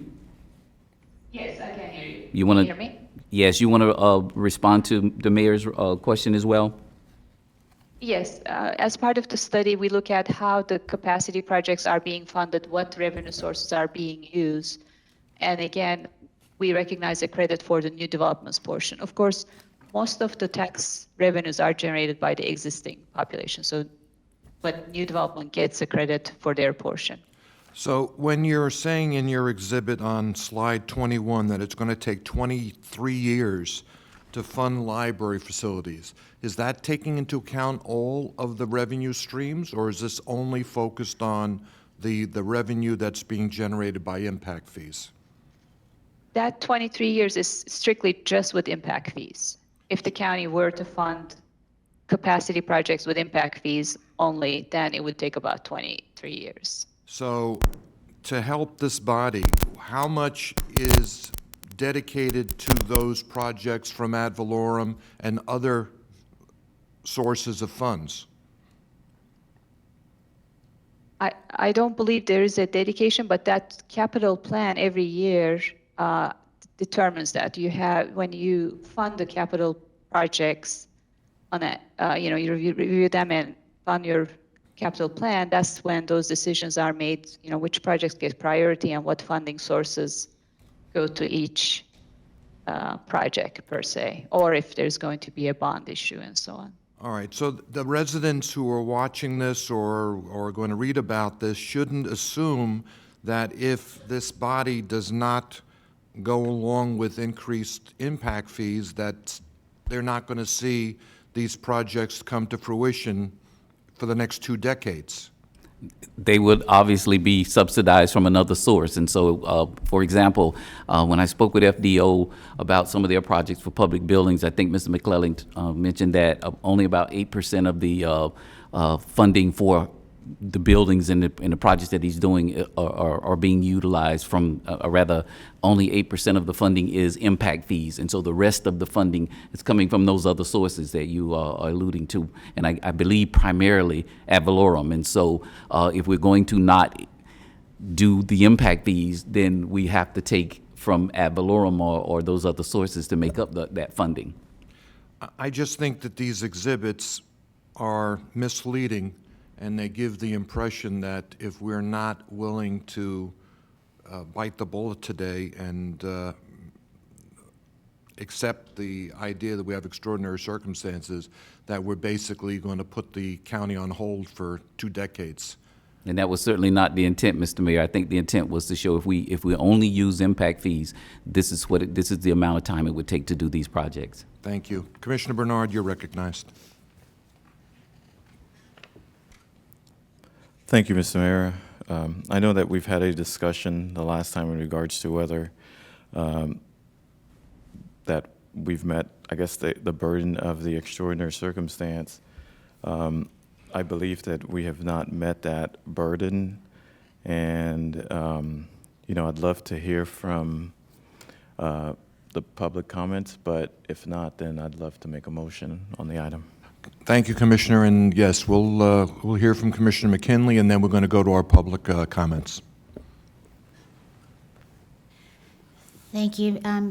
Derek, I'm looking at your slides here, and what jumps out to me in particular is the Southern Boulevard 20-mile band fire station, the Royal Palm Beach Boulevard from north of Persimmon to the M Canal, Royal Palm Beach Boulevard from the M Canal to south of Orange Boulevard, Royal Palm Beach Boulevard, Orange Boulevard, and Coconut Boulevard, and Okeechobee Extension.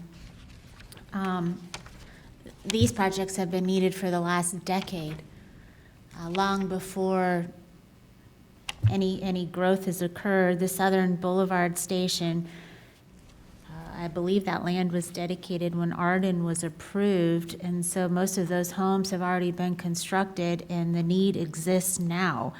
And so we wouldn't be able to fund those projects entirely with impact fees, or we'd be breaking the law. So where's the balance here between what is already needed and what you've put into these slides? I mean, all of those Royal Palm Beach Boulevard projects need to be built today ahead of any growth that's going to come in. We already have low levels of service, and I thought the metric for impact fees was future growth. We have these failing levels of service on existing residents now. Well, part of the challenge, Commissioner, is that, of course, we suspended impact fees for fire rescue for a few years, and then, and now that we've reinstituted it back in through the 18 study and into 19, we are now only collecting probably for fire rescue annually about $1 million, and at that rate, it takes quite a bit of time to raise enough impact fees to do some of these projects, and so obviously some funds from other sources will have to be utilized if we move forward with these projects. But the projects are already needed, so why are you blaming why are you putting these in here saying it's going to take 23 years to fund at the maximum rate? Like the mayor said, it's a little bit misleading. It was already needed, so it should never be fully funded by impact fees, and yet you've got a slide here before us that says it's going to take 23 years to build if it's fully funded by impact fees. Why are you presenting that to us? That's not even realistic. The combination of trying to put together enough revenues to do these projects the intent was simply to try and show that information. If we were to use impact fees, if we were to take the funds that we're actually collecting and try and do these projects, this is the amount of time. And again, the objective is to place the burden of these new projects on new users. And they started some time ago, but we have not raised enough impact fee revenue to do the projects. And so at some point, you're right, a decision has to be made to move forward to do them, but we're trying to present the information. If you do them by impact fees, this is what it will cost, or this is what it will take in terms of time. Again, I'm frustrated because I'm looking at this, and if I'm living in Arden right now, and I've already, moved in there expecting that the land had already been dedicated for the fire station. If I'm living in Arden right now, I'm going to look at that and say, really, it's going to be 23 years before I get a fire station? I just think that the way that these slides have been presented it's horribly misleading. And on the road projects in particular, it's incredibly frustrating. We can't even get contracts out the door. These projects needed to be built 10 years ago. And we just read what happened in the Palm Beach Post on the Lions Boulevard project. And yet you've got these slides in front of us saying that all of these road projects, this is what it's going to take because we're going to fully fund them with impact fees. No, they're failing already. They've been failing for a decade. We've had issues for more than a decade in the acreage on these road projects. And to give me a slide and present it to the public that it's going to take 7 more years to collect the funds to build those projects is a really bad position to put a county commissioner in. And I'm going to go back and I'm going to get questions from the acreage saying, seriously, we have to wait another 7 years? I just think that this presentation is very misleading. We appreciate that, Commissioner. I think, again, the point was simply to convey that we do not have enough impact fees to move forward with several of these projects. And if we were to wait on impact fees, it would take this kind of time. Now, as you know, or I believe you know, that we have been doing projects with other resources, and we've talked about that. Right. Well, you have to do projects with other resources because none of these projects should be fully funded by growth because the need already existed. Administrator Baker? I do think that you're absolutely correct. It was never the intent to mislead the board in any manner. The impact fees have never paid, growth has never paid fully for itself. We do give credit for any other revenue sources. It's a snapshot in time. Prior to the law changing, we actually were required by ordinance every 2 years to update the fees. I cannot remember, I shouldn't say that, I think one time we raised the fee to the 95% level. We phase fees in, or we don't raise them to that full amount calculated and recommended by the study. So we've worked through the years. In addition, there was a law passed that, because prior to the law passing that required us to allow development to go forward, they calculate their impact, and then they write a check for their proportionate share. I know. And then the development occurs. And so that put a very heavy burden on the local level, not just Palm Beach County, on the local level. And so, yes, we are behind in infrastructure. And so impact fees only make up a portion. Every board, including this board, makes a determination when we bring you our 5-year capital plan. We take projects as the demand is there, and as much revenue as we can possibly put into the capital plan, which includes Avalon, which includes going after grants, et cetera, to help offset that cost. And so I don't think it's ever meant, or it's never meant that impact fees will pay the lion's share of this cost. That's never been proven. I've been dealing with impact fees since '92. So that's never occurred. We don't think it will occur. I think Derek and the consultant just simply wanted to share that if you did add nothing else to the equation, that is how long that particular project would take. Hear you loud and clear. The intent was, again, never to mislead the board. However, these are projects that we've got to address. We have not necessarily raised all of our fees over the years. The last time we came before you, roads in particular for residential went down as opposed to remaining the same or going up. Our board, because of trip generation rates, and that's the ITE document. So that was, we should have gone down because that's what the ITE document stated. But others went up. So we have not kept pace per se with the fees themselves up to that level. But that is the board's prerogative to raise fees the way that you deem appropriate. We simply need to do the study and present that information to the board. Okay, I do think that we can make improvements in the contracting process too and getting those out the door quicker because we've seen the costs escalate in a matter of weeks and months since 2020.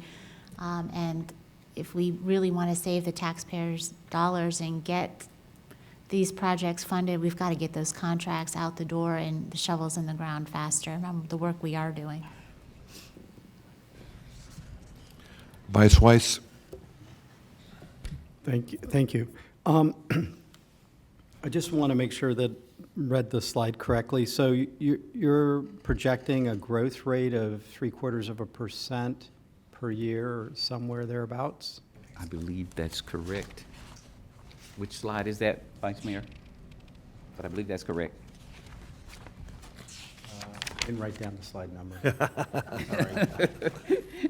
But I think okay. I think that's the correct number. So. Yeah, I think that's the correct number. 16. So less than 1%. Or, Yeah, number 17, 16, and 17. yeah. So I mean, although it's a reasonable growth rate, it doesn't seem to be excessive or excessively high. On the slide on the library with the Canyon Library, I'm curious how much money has already been collected in library impact fees for that library? I don't know the exact figure. I'd have to go and I'd have to check. I do know that we've been collecting approximately $800,000 a year in impact fees for library. And so I would have to, again, look and see exactly how much is in that fund, in that trust fund now. I mean, it seems to me that, that library is out in the Ag Reserve area, and we're closing out development out there in terms of available property. So I'm just curious and just, I guess as a follow-on to what some of my colleagues have already mentioned, which is it's not going to fully pay for itself. But there's already been a lot of growth has happened out there. That library hasn't been built. So it'd be to say that it's going to take as long as it's projected to take is again not accurate, because there is money available that's been collected from the numbers of homes that have been built over the last number of years out there. And had I known that question was going to be asked, I'd have brought that information. But we do an aging analysis where we have we accumulate the revenues in the trust fund, and we're allowed to, I believe it's 6 and 9. We have to encumber them within 6, and we have to spend them within 9. And so those some dollars are sitting in the library trust fund, and I just have to get back to you with the exact number. And lastly, why in the projections is the amount of travel per person expected to increase so dramatically? Where's that coming from? Ms. Camp, you want to speak to that? Yes, that's coming from the MPO's long-range transportation plan. They do run a travel demand model as part of their long-range plan, which is updated every so many years, as you know. And that's basically a result of that analysis is indicating the future forecast. I mean, it sort of goes against, I would think, conventional wisdom that people would be traveling less. I mean, they've got more alternatives now. They have the ability, and maybe creates another set of demands, but they have the ability to have things delivered to them that they didn't have in the past, and they have the ability to work and go to meetings virtually now that they didn't have just a couple years ago. So it just doesn't make sense. Right. We've been tracking the fuel tax dollars, since gallons they are charged on a gallon basis, so there's no inflationary effect. And what we are seeing is it's really the travel is back to its previous pre-pandemic levels. What may be potentially different is the distribution of that travel throughout the day. But as far as travel, what we are seeing is it's really, even with the virtual working and so on, people are still making trips and going to places.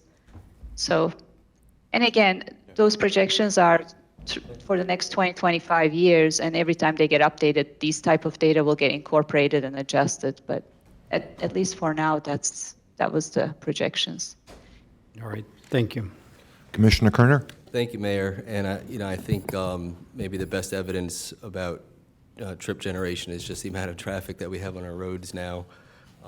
I certainly hear that from the public a lot, and I've experienced it myself. Part of it's a vibrant economy, part of it is a litany of other issues. But I just wanted to weigh in. I'm not going to weigh in on the extraordinary circumstances just yet. I'd like to hear from members of the public. But first of all, I found your slide presentation to be very helpful. I wasn't confused by it. I understand that we're analyzing things. If we just funded it through impact fees, obviously this board has made decisions in the past to subsidize those. But when I see, this list of projects where the need has been so great for so long, what I see, just a counter perspective from some of my colleagues, is the result and the manifestation of having the improperly set impact fees for so long. And so the result of that are a litany of important projects where the need already existed, but because of our policy decisions in the past, both this board and probably most likely prior boards, we have not collected enough impact fees to attack these issues. And that's why there's so many projects on that list, unless we hyper-subsidize it by ad valorem and other revenue streams. Having said that, I think, this exercise that we're doing today, we should look at it through this lens, where if we defer or we kick this can down the road at the next two public hearings and we don't properly set, never mind making up for a lack of revenue from impact fees in the past, but if we table this issue, and I'm not saying that has to include the extraordinary circumstance, but it's certainly something that we should consider in good faith, that boards in the future are going to be looking at the exact same financial picture when it comes to our unwillingness to collect impact fees from where they should be collected from, and that's new development and new demand. But having said that, I'm excited to hear from, first of all, I was very appreciative of the presentation that you gave, professional staff in front of us and Ms. Camp. It was very revealing. Impact fees are not an issue that I personally deal with on a daily basis in my duties as a county commissioner. But also, I really appreciated the comments and thoughts from the Economic Council and the Housing Coalition and the Home Builders Coalition. So I look forward to hearing from them in the public now. Thank you, Commissioner Kerner, and I think that's the appropriate time to say it's time to hear from our public. All right. With that, Mayor, we'll call up Michelle Jacobs on behalf of the Economic Council, followed by Rusty Payton of the Gold Coast Builders Association. So we're going to put one on deck after Michelle. Rusty. You are recognized for 3 minutes. Good morning, Mayor Weinroth, County Commissioners, County Administrator Baker, and staff. My name is Michelle Jacobs. I'm the President and CEO for the Economic Council of Palm Beach County. I appreciate the opportunity to speak to you today regarding the use of extraordinary circumstances as it relates to impact fees. The Economic Council does not take exception to the most recent report prepared by Benesh, which was formerly Tyndale Oliver, in terms of the recommended increases to the 7 different categories for impact fees, as long as those adopted impact fee increases meet the state requirement not to exceed 50% and to be phased over the appropriate timeframes. Proportionality allows for these increases not to exceed 12.5% annually. House Bill 337 put that into law in 2021, and that would allow for impact fees to increase. It would only allow for impact fees to increase above 50% should local governments demonstrate extraordinary circumstances. While Palm Beach County is experiencing growth, our growth does not outpace other counties within Florida. Furthermore, the Economic Council does not think it's responsible for local government to identify ways to utilize extraordinary circumstances before it is clearly defined at the state level. In light of the current state of the economy, rising interest rates, as well as the decline in families being able to apply for mortgages at this time, the Economic Council opposes the use of extraordinary circumstances as it relates to impact fees and supports the current cap in place not to exceed 50% of current impact fee phased over time. Furthermore, the need for workforce and affordable housing projects throughout Palm Beach County will likely be negatively impacted if the use of extraordinary circumstances is adopted and increases said impact fees disproportionately. Finally, we are very proud to support the Housing for All plan and the housing bond that's on the ballot in November, and hope another consideration will be to waive impact fees for projects that meet the requirements for essential housing. Thank you so much for your time. Thank you, Ms. Jacobs. I have a question. Commissioner Sachs, you're recognized even without your light. I'll put it on now so you can see it, okay? Thanks, Mayor. Hi, Ms. Jacobs.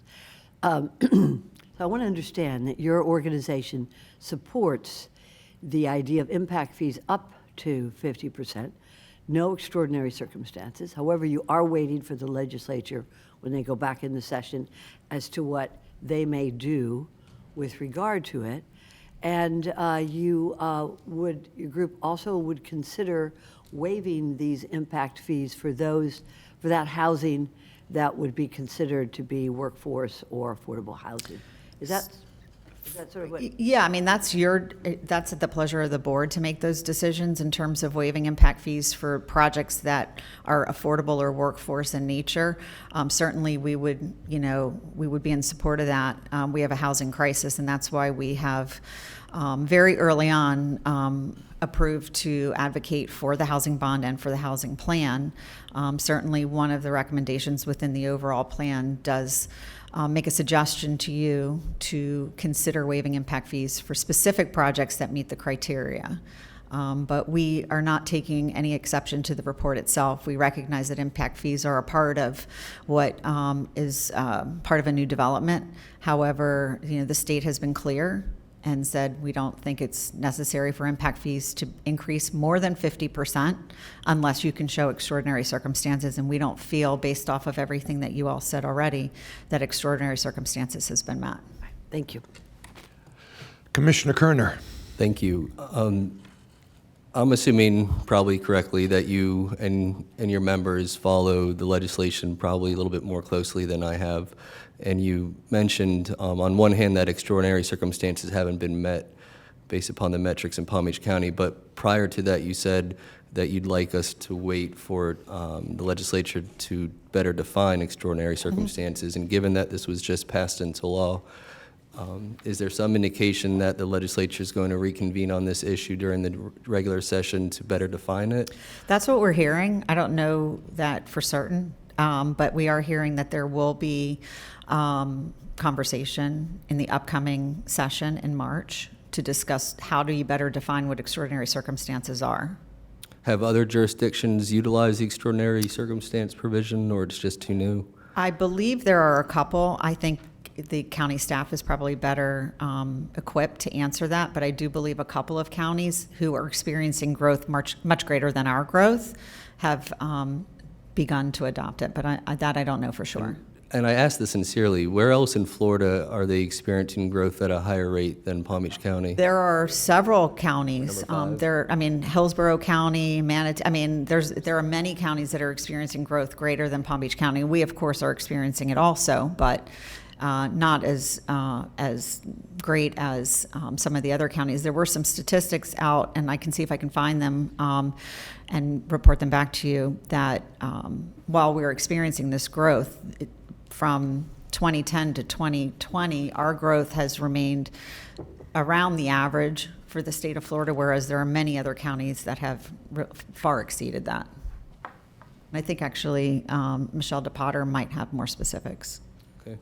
And that's over the 10-year period between the two censuses? I believe so, yes. Thank you. Commissioner McKinley. Yeah, Commissioner Kerner, I think Sumter County, which is home to the Villages, is probably the fastest growing county in the state of Florida. And I wouldn't be surprised at the next census if Hillsborough County and Orange County surpassed Palm Beach County, and we got bumped from being one of the top 3 populated counties in the state. I know my interaction with the legislature was certainly different than your experience having been in the legislature, but I would tell you, based on working so closely with our association, I'm not optimistic that any further redefining of extraordinary circumstances would be to the benefit of local government. So I think we need to take that into consideration. That might tighten up the language, but it's not necessarily going to be to our benefit.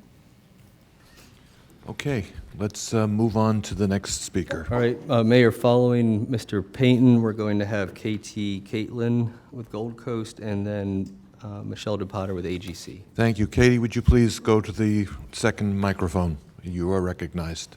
Thank you, Mr. Mayor. Rusty Payton. I am the CEO of the Florida Home Builders Association, but here today at the request of the Gold Coast Builders, really, I think, to help fill in some of the questions you're having with what the intent was. And no, I'm not a legislator. I didn't vote, so I can't say that I voted it on that intent.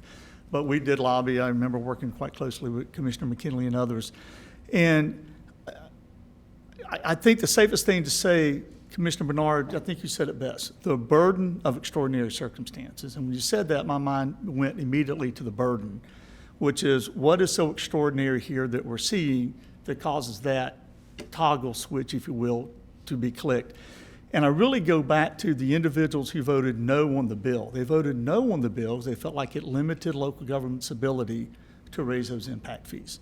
And the fact that it's limiting was a suggestion, I think, to everyone in the legislature, the sponsors I talked to, the leadership and all, that the idea was we have some certainty and that you've got to show something way outside of the ordinary to go above the 50%. Because if you think about the caps, it really allows for 12.5% each and every year through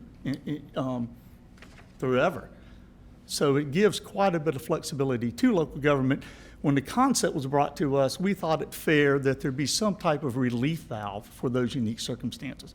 Our concern is that we haven't seen that unique circumstance here. And I think to the question, I think there will be at least some discussions on whether or not it should be more defined. I know you're going to ask that question. I think it is our intent to at least engage in those discussions. Is there a will, and what would that look like down the road, just to give you folks, along with folks like the Gold Coast Builders Association, some better defining areas where you can move in this arena. So happy to answer any questions. Thank you for your comments. Okay, Katie, you're up. I numbered my pages this time. Mr. Mayor and members of the County Commission, thank you for allowing me to speak today. I'm KT Catlin, the Executive Officer of the Gold Coast Builders Association. Our membership has been actively monitoring and reviewing the matter before you today. Additionally, I provided to each of you and the county staff on August 22nd our professional consultants report outlining our position that the county does not have a justifiable basis to make a determination of extraordinary circumstances. We are here today asking this board to follow the adopted requirements of the Florida Statute, Chapter 163.3181. We support, consistent with the aforementioned state law, any increase to a current impact fee rate of not more than 25% of the current rate be implemented in 2 equal annual increments, beginning with the date on which the increased fee is implemented. 2, any increase to a current impact fee rate which exceeds 25% but is not more than 50% of the current rate be implemented in 4 equal installments, beginning with the date the increased fee is implemented. 3, any impact fee increase not exceed 50% of the current impact fee rate. Additionally, we are asking this commission to not make the determination of extraordinary circumstances. And finally, we would support a waiver of impact fees for affordable and workforce housing to help reduce the cost of building housing for the county's workforce. Thank you for your time and consideration of this matter. Our consultants are here to answer any questions you may have relative to the report each of you received. Thank you very much. All right, and then our final speaker will be Michelle DePotter from AGC. Mr. Potter, 3 minutes. Okay, I'll try to stay within that timeline. Michelle DePotter, CEO, AGC, Florida East Coast Chapter, 515 North Flagler Suite, 910, West Palm Beach.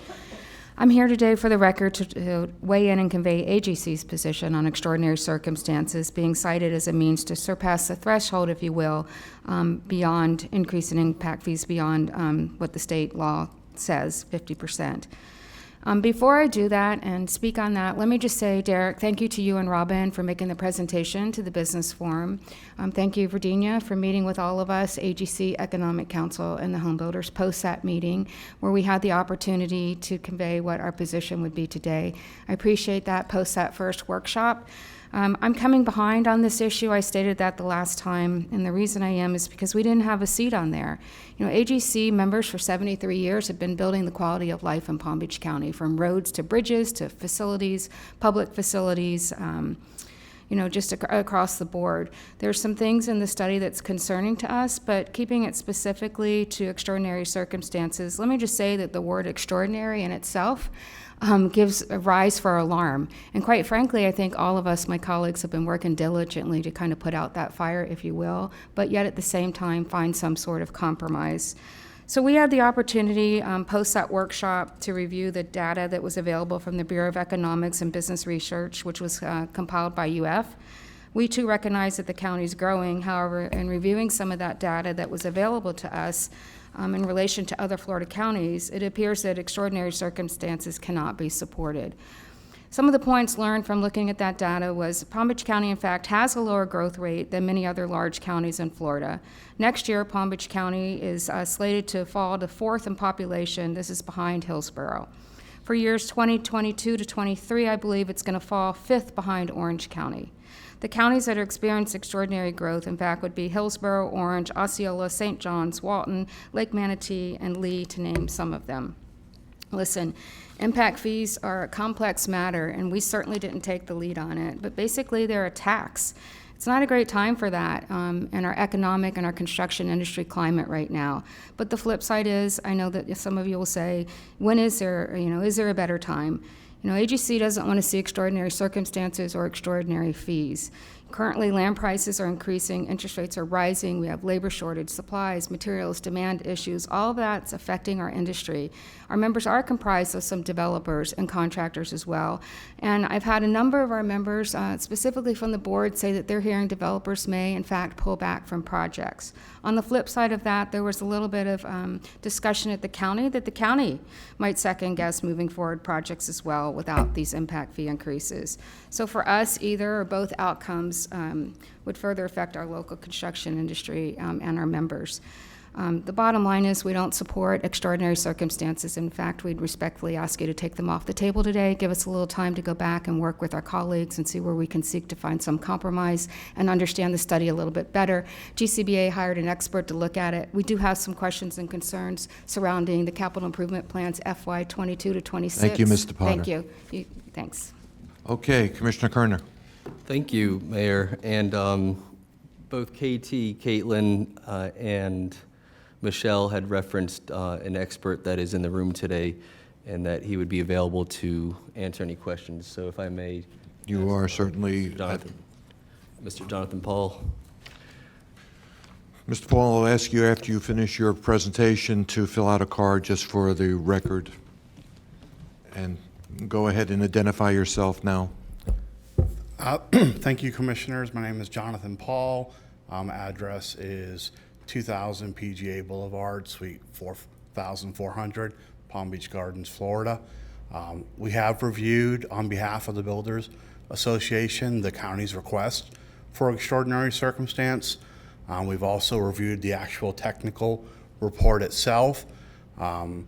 We have comments that we could make on the technical report, but really the extraordinary circumstances is what we've been asked to look at. The community itself is a growing county, but compared to other places within Florida, it's not extraordinary growth. In terms of future projections of vehicle miles of travel, yes, it's increasing. This is a growing county. I don't think the builders dispute the fact that it's a growing county. It is, but does it rise to the level of extraordinary? Is it the level of Orange County, Hillsborough County, Lee, Polk, Pasco? There's a lot of communities that are experiencing significant growth. Further, in terms of the presentation made today, there are a lot of projects that are identified, and I think you need to focus on the key word, eligible for impact fee funding. All that's saying is these projects could be funded with an impact fee. The analysis does not necessarily go out and say new growth generates a need for so many parks, for so many libraries, for so many public buildings. It basically said this is what the county has done in the past, this is what the county will need in the future. And when you see some of these dollar amounts, one of the reasons that, maybe the current capital improvements program, which I just looked at, it had over $400 million of revenue identified. Now, granted, a large portion of that goes to replacement and infrastructure, maintenance, but a portion of it, especially your surtax, is available for capital. And so the reason some of these amounts seem like they're going to take so long is the study breaks down those whole dollars into increments of credits, and they end up being a penny on the dollar. Whereas opposed to saying you have a $20 million library, you have $15 million funding available, so the need's $5 million. You have 10,000 new homes coming in, and their share of that is $5 million. That's not the analysis that was provided. It was basically, this is what the county's done in the past is going to predict the future. And so I've worked with communities that have both implemented the extraordinary circumstance, and I've worked with communities that have complied with statute. And I will say, this community, it is growing, it does have needs, but I think if you're going to make the claim of extraordinary circumstance, you basically should make an extraordinary finding that you need that, and that need has to be tied to new growth. I will say one other thing with the, and I apologize, I'll be answering. Commissioner Kerner, you want to? Yeah, so first of all, I think your background is incredible, and I enjoyed our conversation. You have to be a thought leader on this, both in the state and nationally. And when I go and look at your resume and what you've done in this space, you said that you've worked with communities that have found extraordinary circumstances, and you've worked with communities that complied with the statute. Is there an implication there that this concept is so ill-defined that there's no way to find extraordinary circumstances without violating the statute? I just go to the definition of extraordinary, and it's really something beyond ordinary. And I think the analysis shown is that the county is growing, the county is continuing to grow, and the county has needs. Nobody's disputing that. But are they extraordinary needs? Is there all of a sudden a 20,000 unit subdivision coming in a portion of the county that's going to increase the need for so many new projects? Maybe there is, maybe there isn't. It isn't documented in your study. But I do work in a lot of communities where the growth and the approved growth is what Palm Beach County experienced between 1990 and 2000. 30 years ago, Palm Beach County was the leader in growth in Florida. As you've gotten larger, that growth isn't as high. And I would say that a good metric is the state of Florida. You can make a claim, well, Sumter County's not a fair comparison because Sumter County's too small. All right, well, the state of Florida has 22 million residents, so that's a pretty large number. So are you growing faster than the state of Florida? My analysis shows you're not. It shows that there's a lot of communities that are, so maybe that's a basis for it. So is there a pure definition statute? No. Do I think that there's a higher level of findings needed to claim extraordinary? I do. So I've heard a couple counties named repeatedly. I think it's Lee, Polk, Hillsborough, Orange, Lake counties that may or probably qualify for an extraordinary finding. One county that I didn't hear about was Sarasota County, which you actually issued a report on. And I just wanted to ask you, and I'm not here to cross-examine you. I know who to fight with and who not to fight with, and you're not someone I want to fight with. But you said it is recommended that the County of Sarasota make a finding of extraordinary circumstances and implement the fee at 100% of calculated rates, so that the county does not find itself perpetually behind in future mobility fee updates. This was a mobility fee context, obviously. So the basis was so that the county does not find itself perpetually behind in the future on mobility fee updates. The county may also wish to consider incorporating an annual inflation index in the mobility fee ordinance, so that future updates will feature smaller increases in the mobility fee, which I think is an excellent concept, by the way. And I don't know if it's present in our discussions here today. But I went back and looked at the Sarasota growth rate on that 10-year period, 2010 to 2020, and it was about 14%. And then Palm Beach County's was 1% lower at 13%. So when you made that recommendation as an agent of the government to find that extraordinary circumstance, give for us, because we've been tasked as policymakers by our professional staff to consider this concept that the legislature has given us as a tool.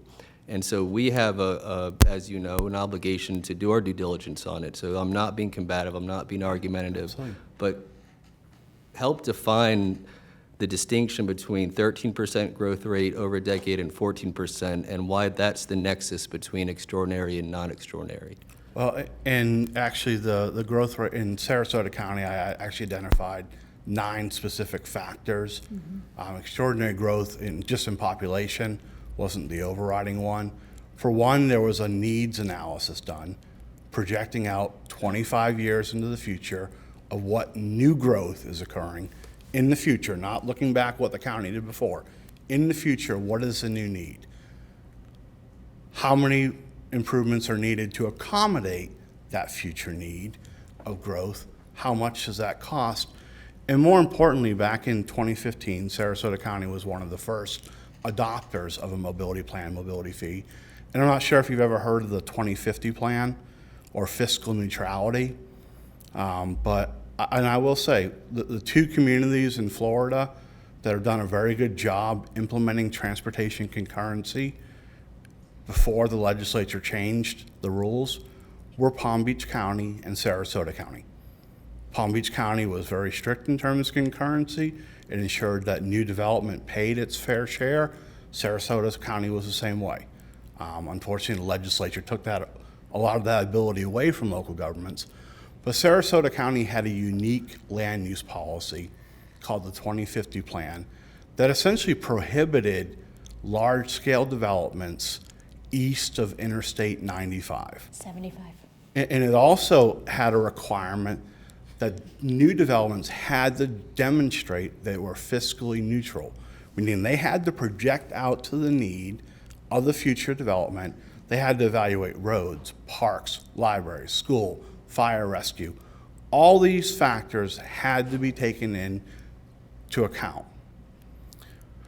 Well, for various reasons, Manatee County to the north, just north of University Parkway, actually got a lot of the growth in the former Lakewood Ranch that Sarasota County didn't get because of the 2050 plan. And since the last mobility plan was updated, the county commission has made a change of policy where they've relaxed the requirements of the 2050 plan, and they've allowed far greater development to the magnitude of over 100,000 potential new residents and rooftops east of Interstate 95 to go forward. And this is between 2015 and 2020. There was also a policy back in 2015 that they were not going to widen certain roadways. They wanted to, pursue a multimodal transportation system.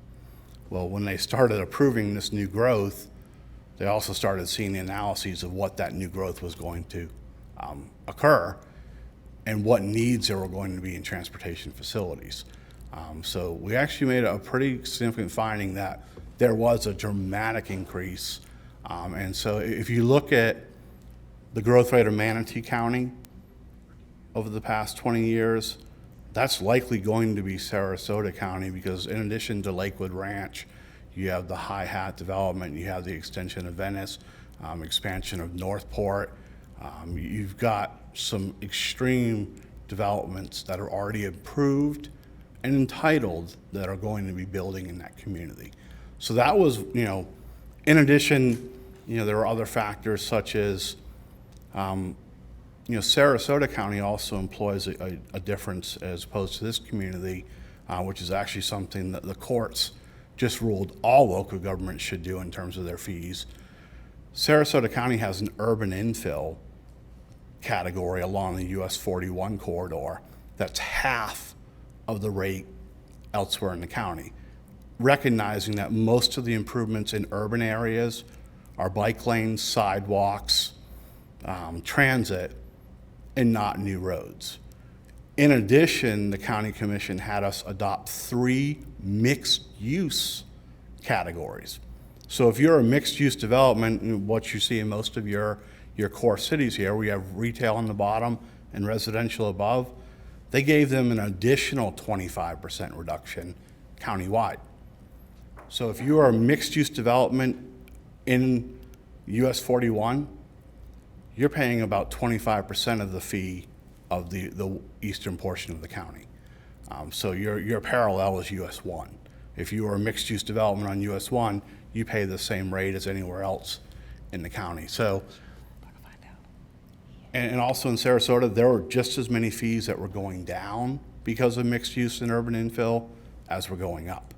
They wanted to incentivize redevelopment along their commercial corridors, so they expanded urban infill along all their commercial corridors, Clark Road, Bee Ridge Road, Fruitville Road, University Parkway, all those corridors there. So, and I'll be honest, we started a year and a half pre-COVID, and then 2 years after COVID, and I worked pretty closely with the Builders Association, but they held my feet to the fire to demonstrate extraordinary circumstances.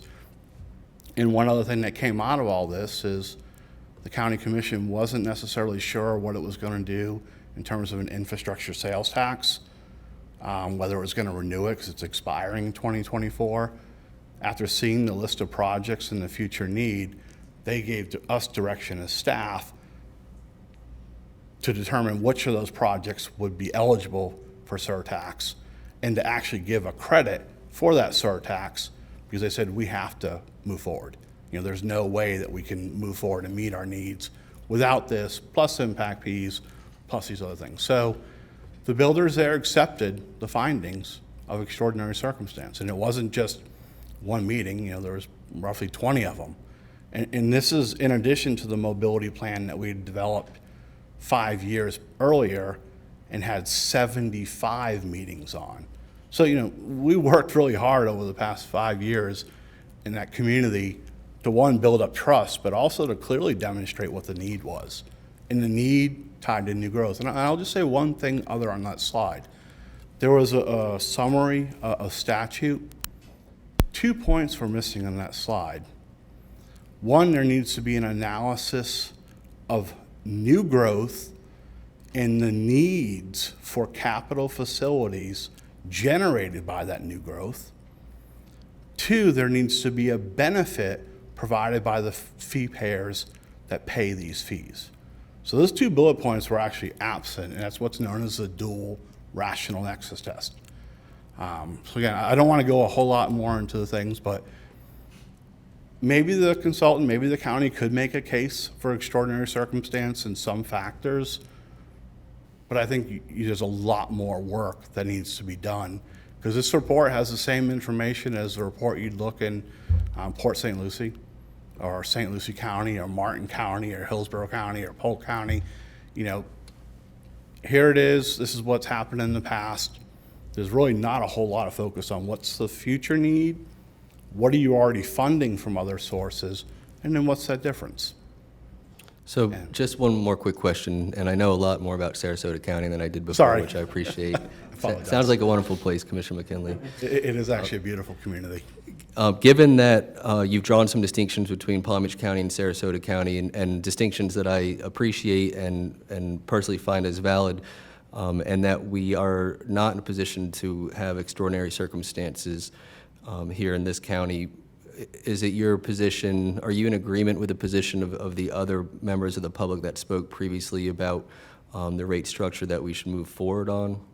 I believe so. I believe the building community is supportive of increasing the fees so long as they're phased in per Florida statute. I have not heard anything different, that they're opposed to the increases. I think they recognize there's a need for increase, but that increase should be implemented per statute. Thank you. Commissioner McKinley. Commissioner Kerner, thank you so much for bringing up my hometown. And Paul did a good job of being technical. I just want to give you a little bit of an image as somebody who travels there regularly and whose family has to move around that county. The High Hat Ranch decision, and also I think a lot of people are under the misperception that Lakewood Ranch is all Manatee County. It straddles the county line, and so that decision to open up development on the east side of I-75 was significant. So Lakewood Ranch is in both counties. But the decision to do the MUPD type developments out on High Hat Ranch would be the equivalent of putting 5 or 6 Avenires in South Bay and developing everything from South Bay all the way into Wellington. That is basically what Sarasota County has done. It has opened up all of the land that has historically been cattle ranches and orange groves. For us, that would be like developing the Everglades agricultural area. So, and then when you look at the city of Northport, square mile wise, I think the city of Northport is larger than the city of Jacksonville. And you have seen what used to be a little sleepy town in light of the pandemic, extraordinary growth. And so I do think that even though they might be a little bit smaller square mile wise than Palm Beach County, that decision to open up that development all the way out at High Hat Ranch, which was vigorously fought, by the way, that decision is significant and certainly meets at least the optics, if not the definition of an extraordinary circumstance in that county. Much different. And you've got to look at it. I think their population, Paul, are they up to 350,000? They're actually almost 450,000 now. Okay. So I mean, it's picked up, especially with the Lakewood Ranch and Palmer Ranch continuing to expand.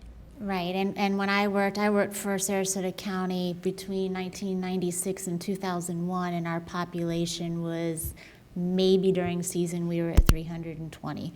So rapid growth, but that decision to open up on the east side of I-75 is huge. Thank you, Commissioner McKinley. Before I recognize Commissioner Bernard, I want to make a comment. I'm looking at the bill, and we know our friends up in Tallahassee often forget about the word home rule. And I think that we need to give them credit for the fact that in the preamble to the legislation, they recognize home rule. They recognize the right of local governments to provide certain services within their jurisdiction that require impact fees. But I think that they've left a trap for us.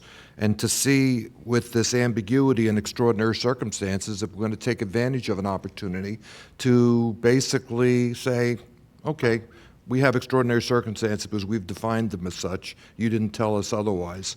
And I think that come March, we could see impact fees go the way of the dodo bird.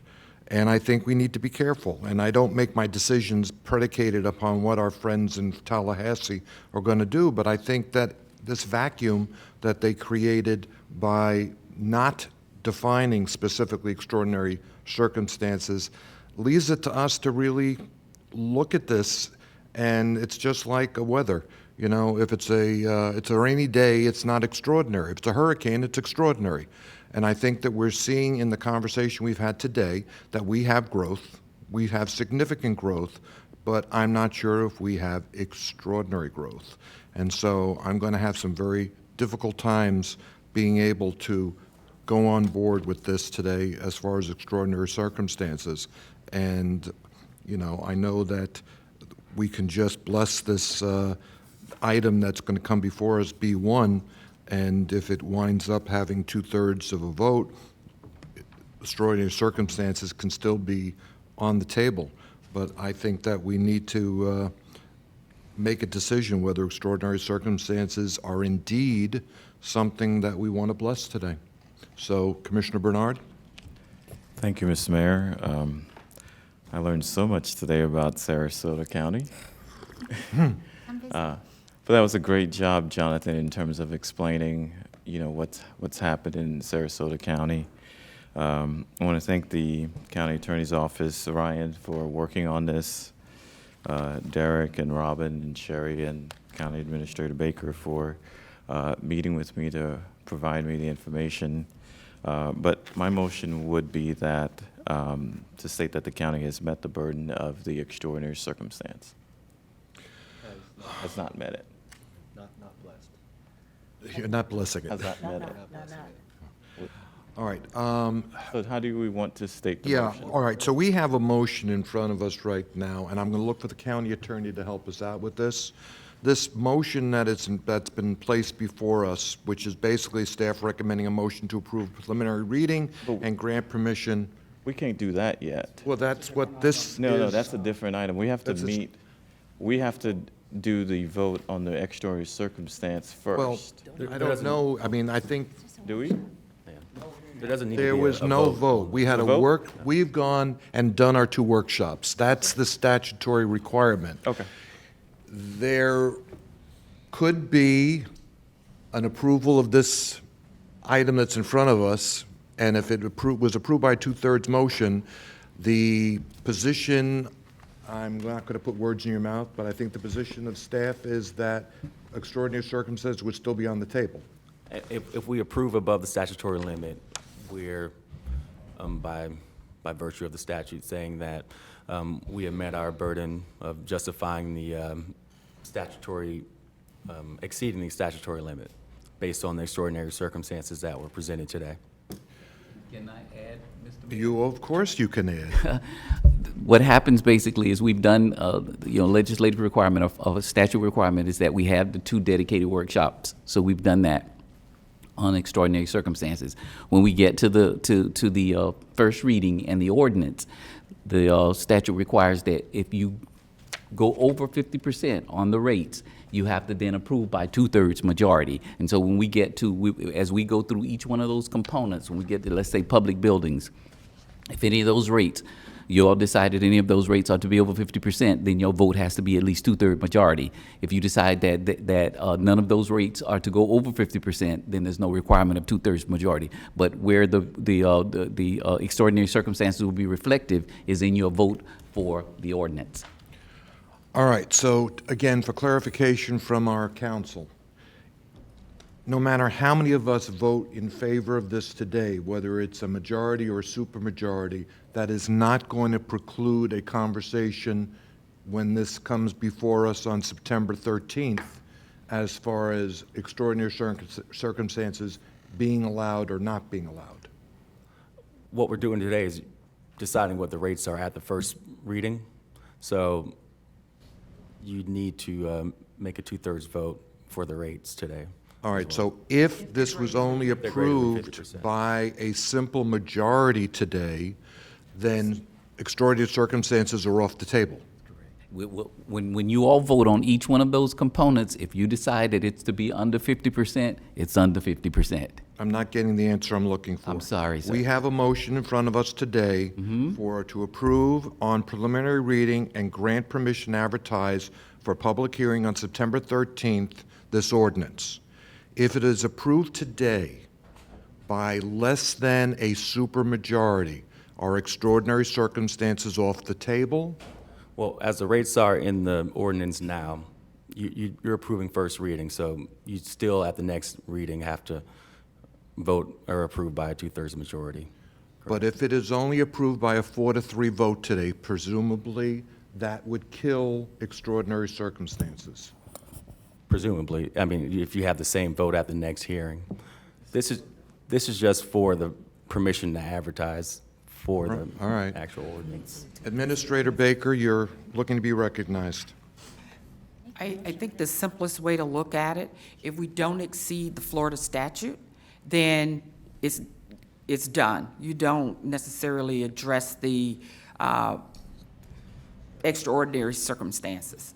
If we go with what the statute allows, or below, then just a simple vote. You don't need the supermajority vote today or the second reading in case something else comes up. As long as we abide by the statute, you don't need that supermajority vote, and extenuating circumstances would not apply.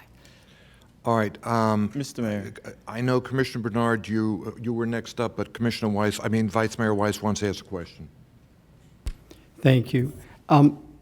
So can we move today to not exceed the 50%? Yes. And that would settle it? If you want to set the rates at the statutory limits and, blanketly approve. Not to exceed 50%?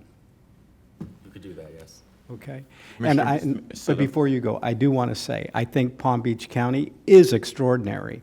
We may not have made extraordinary circumstances, but we are an extraordinary county.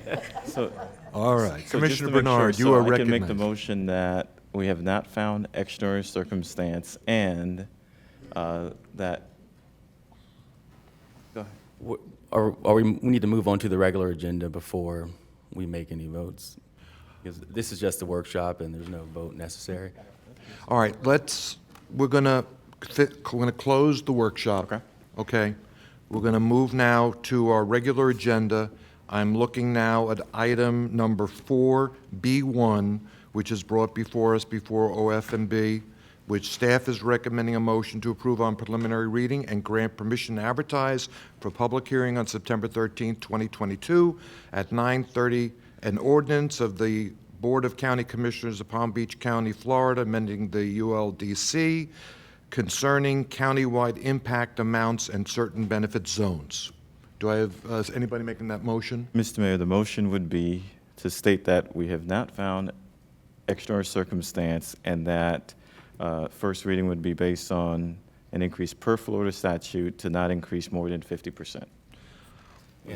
And implement the phase-in limits as well.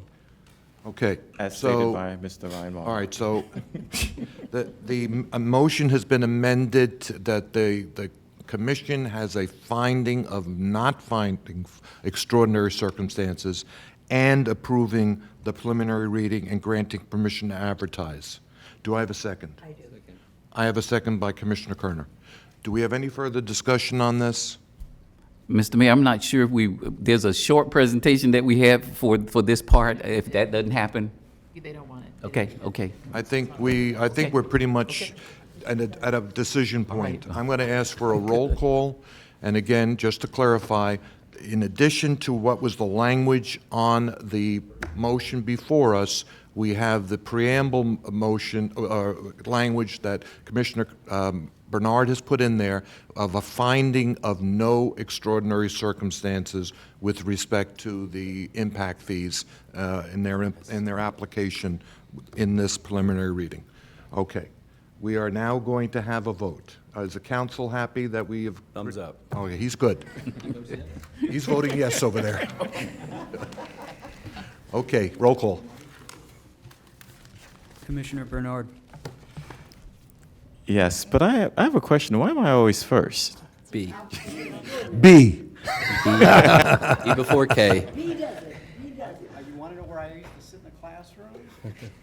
Way in the back. Commissioner Kerner. Yes. Commissioner Marino. Yes.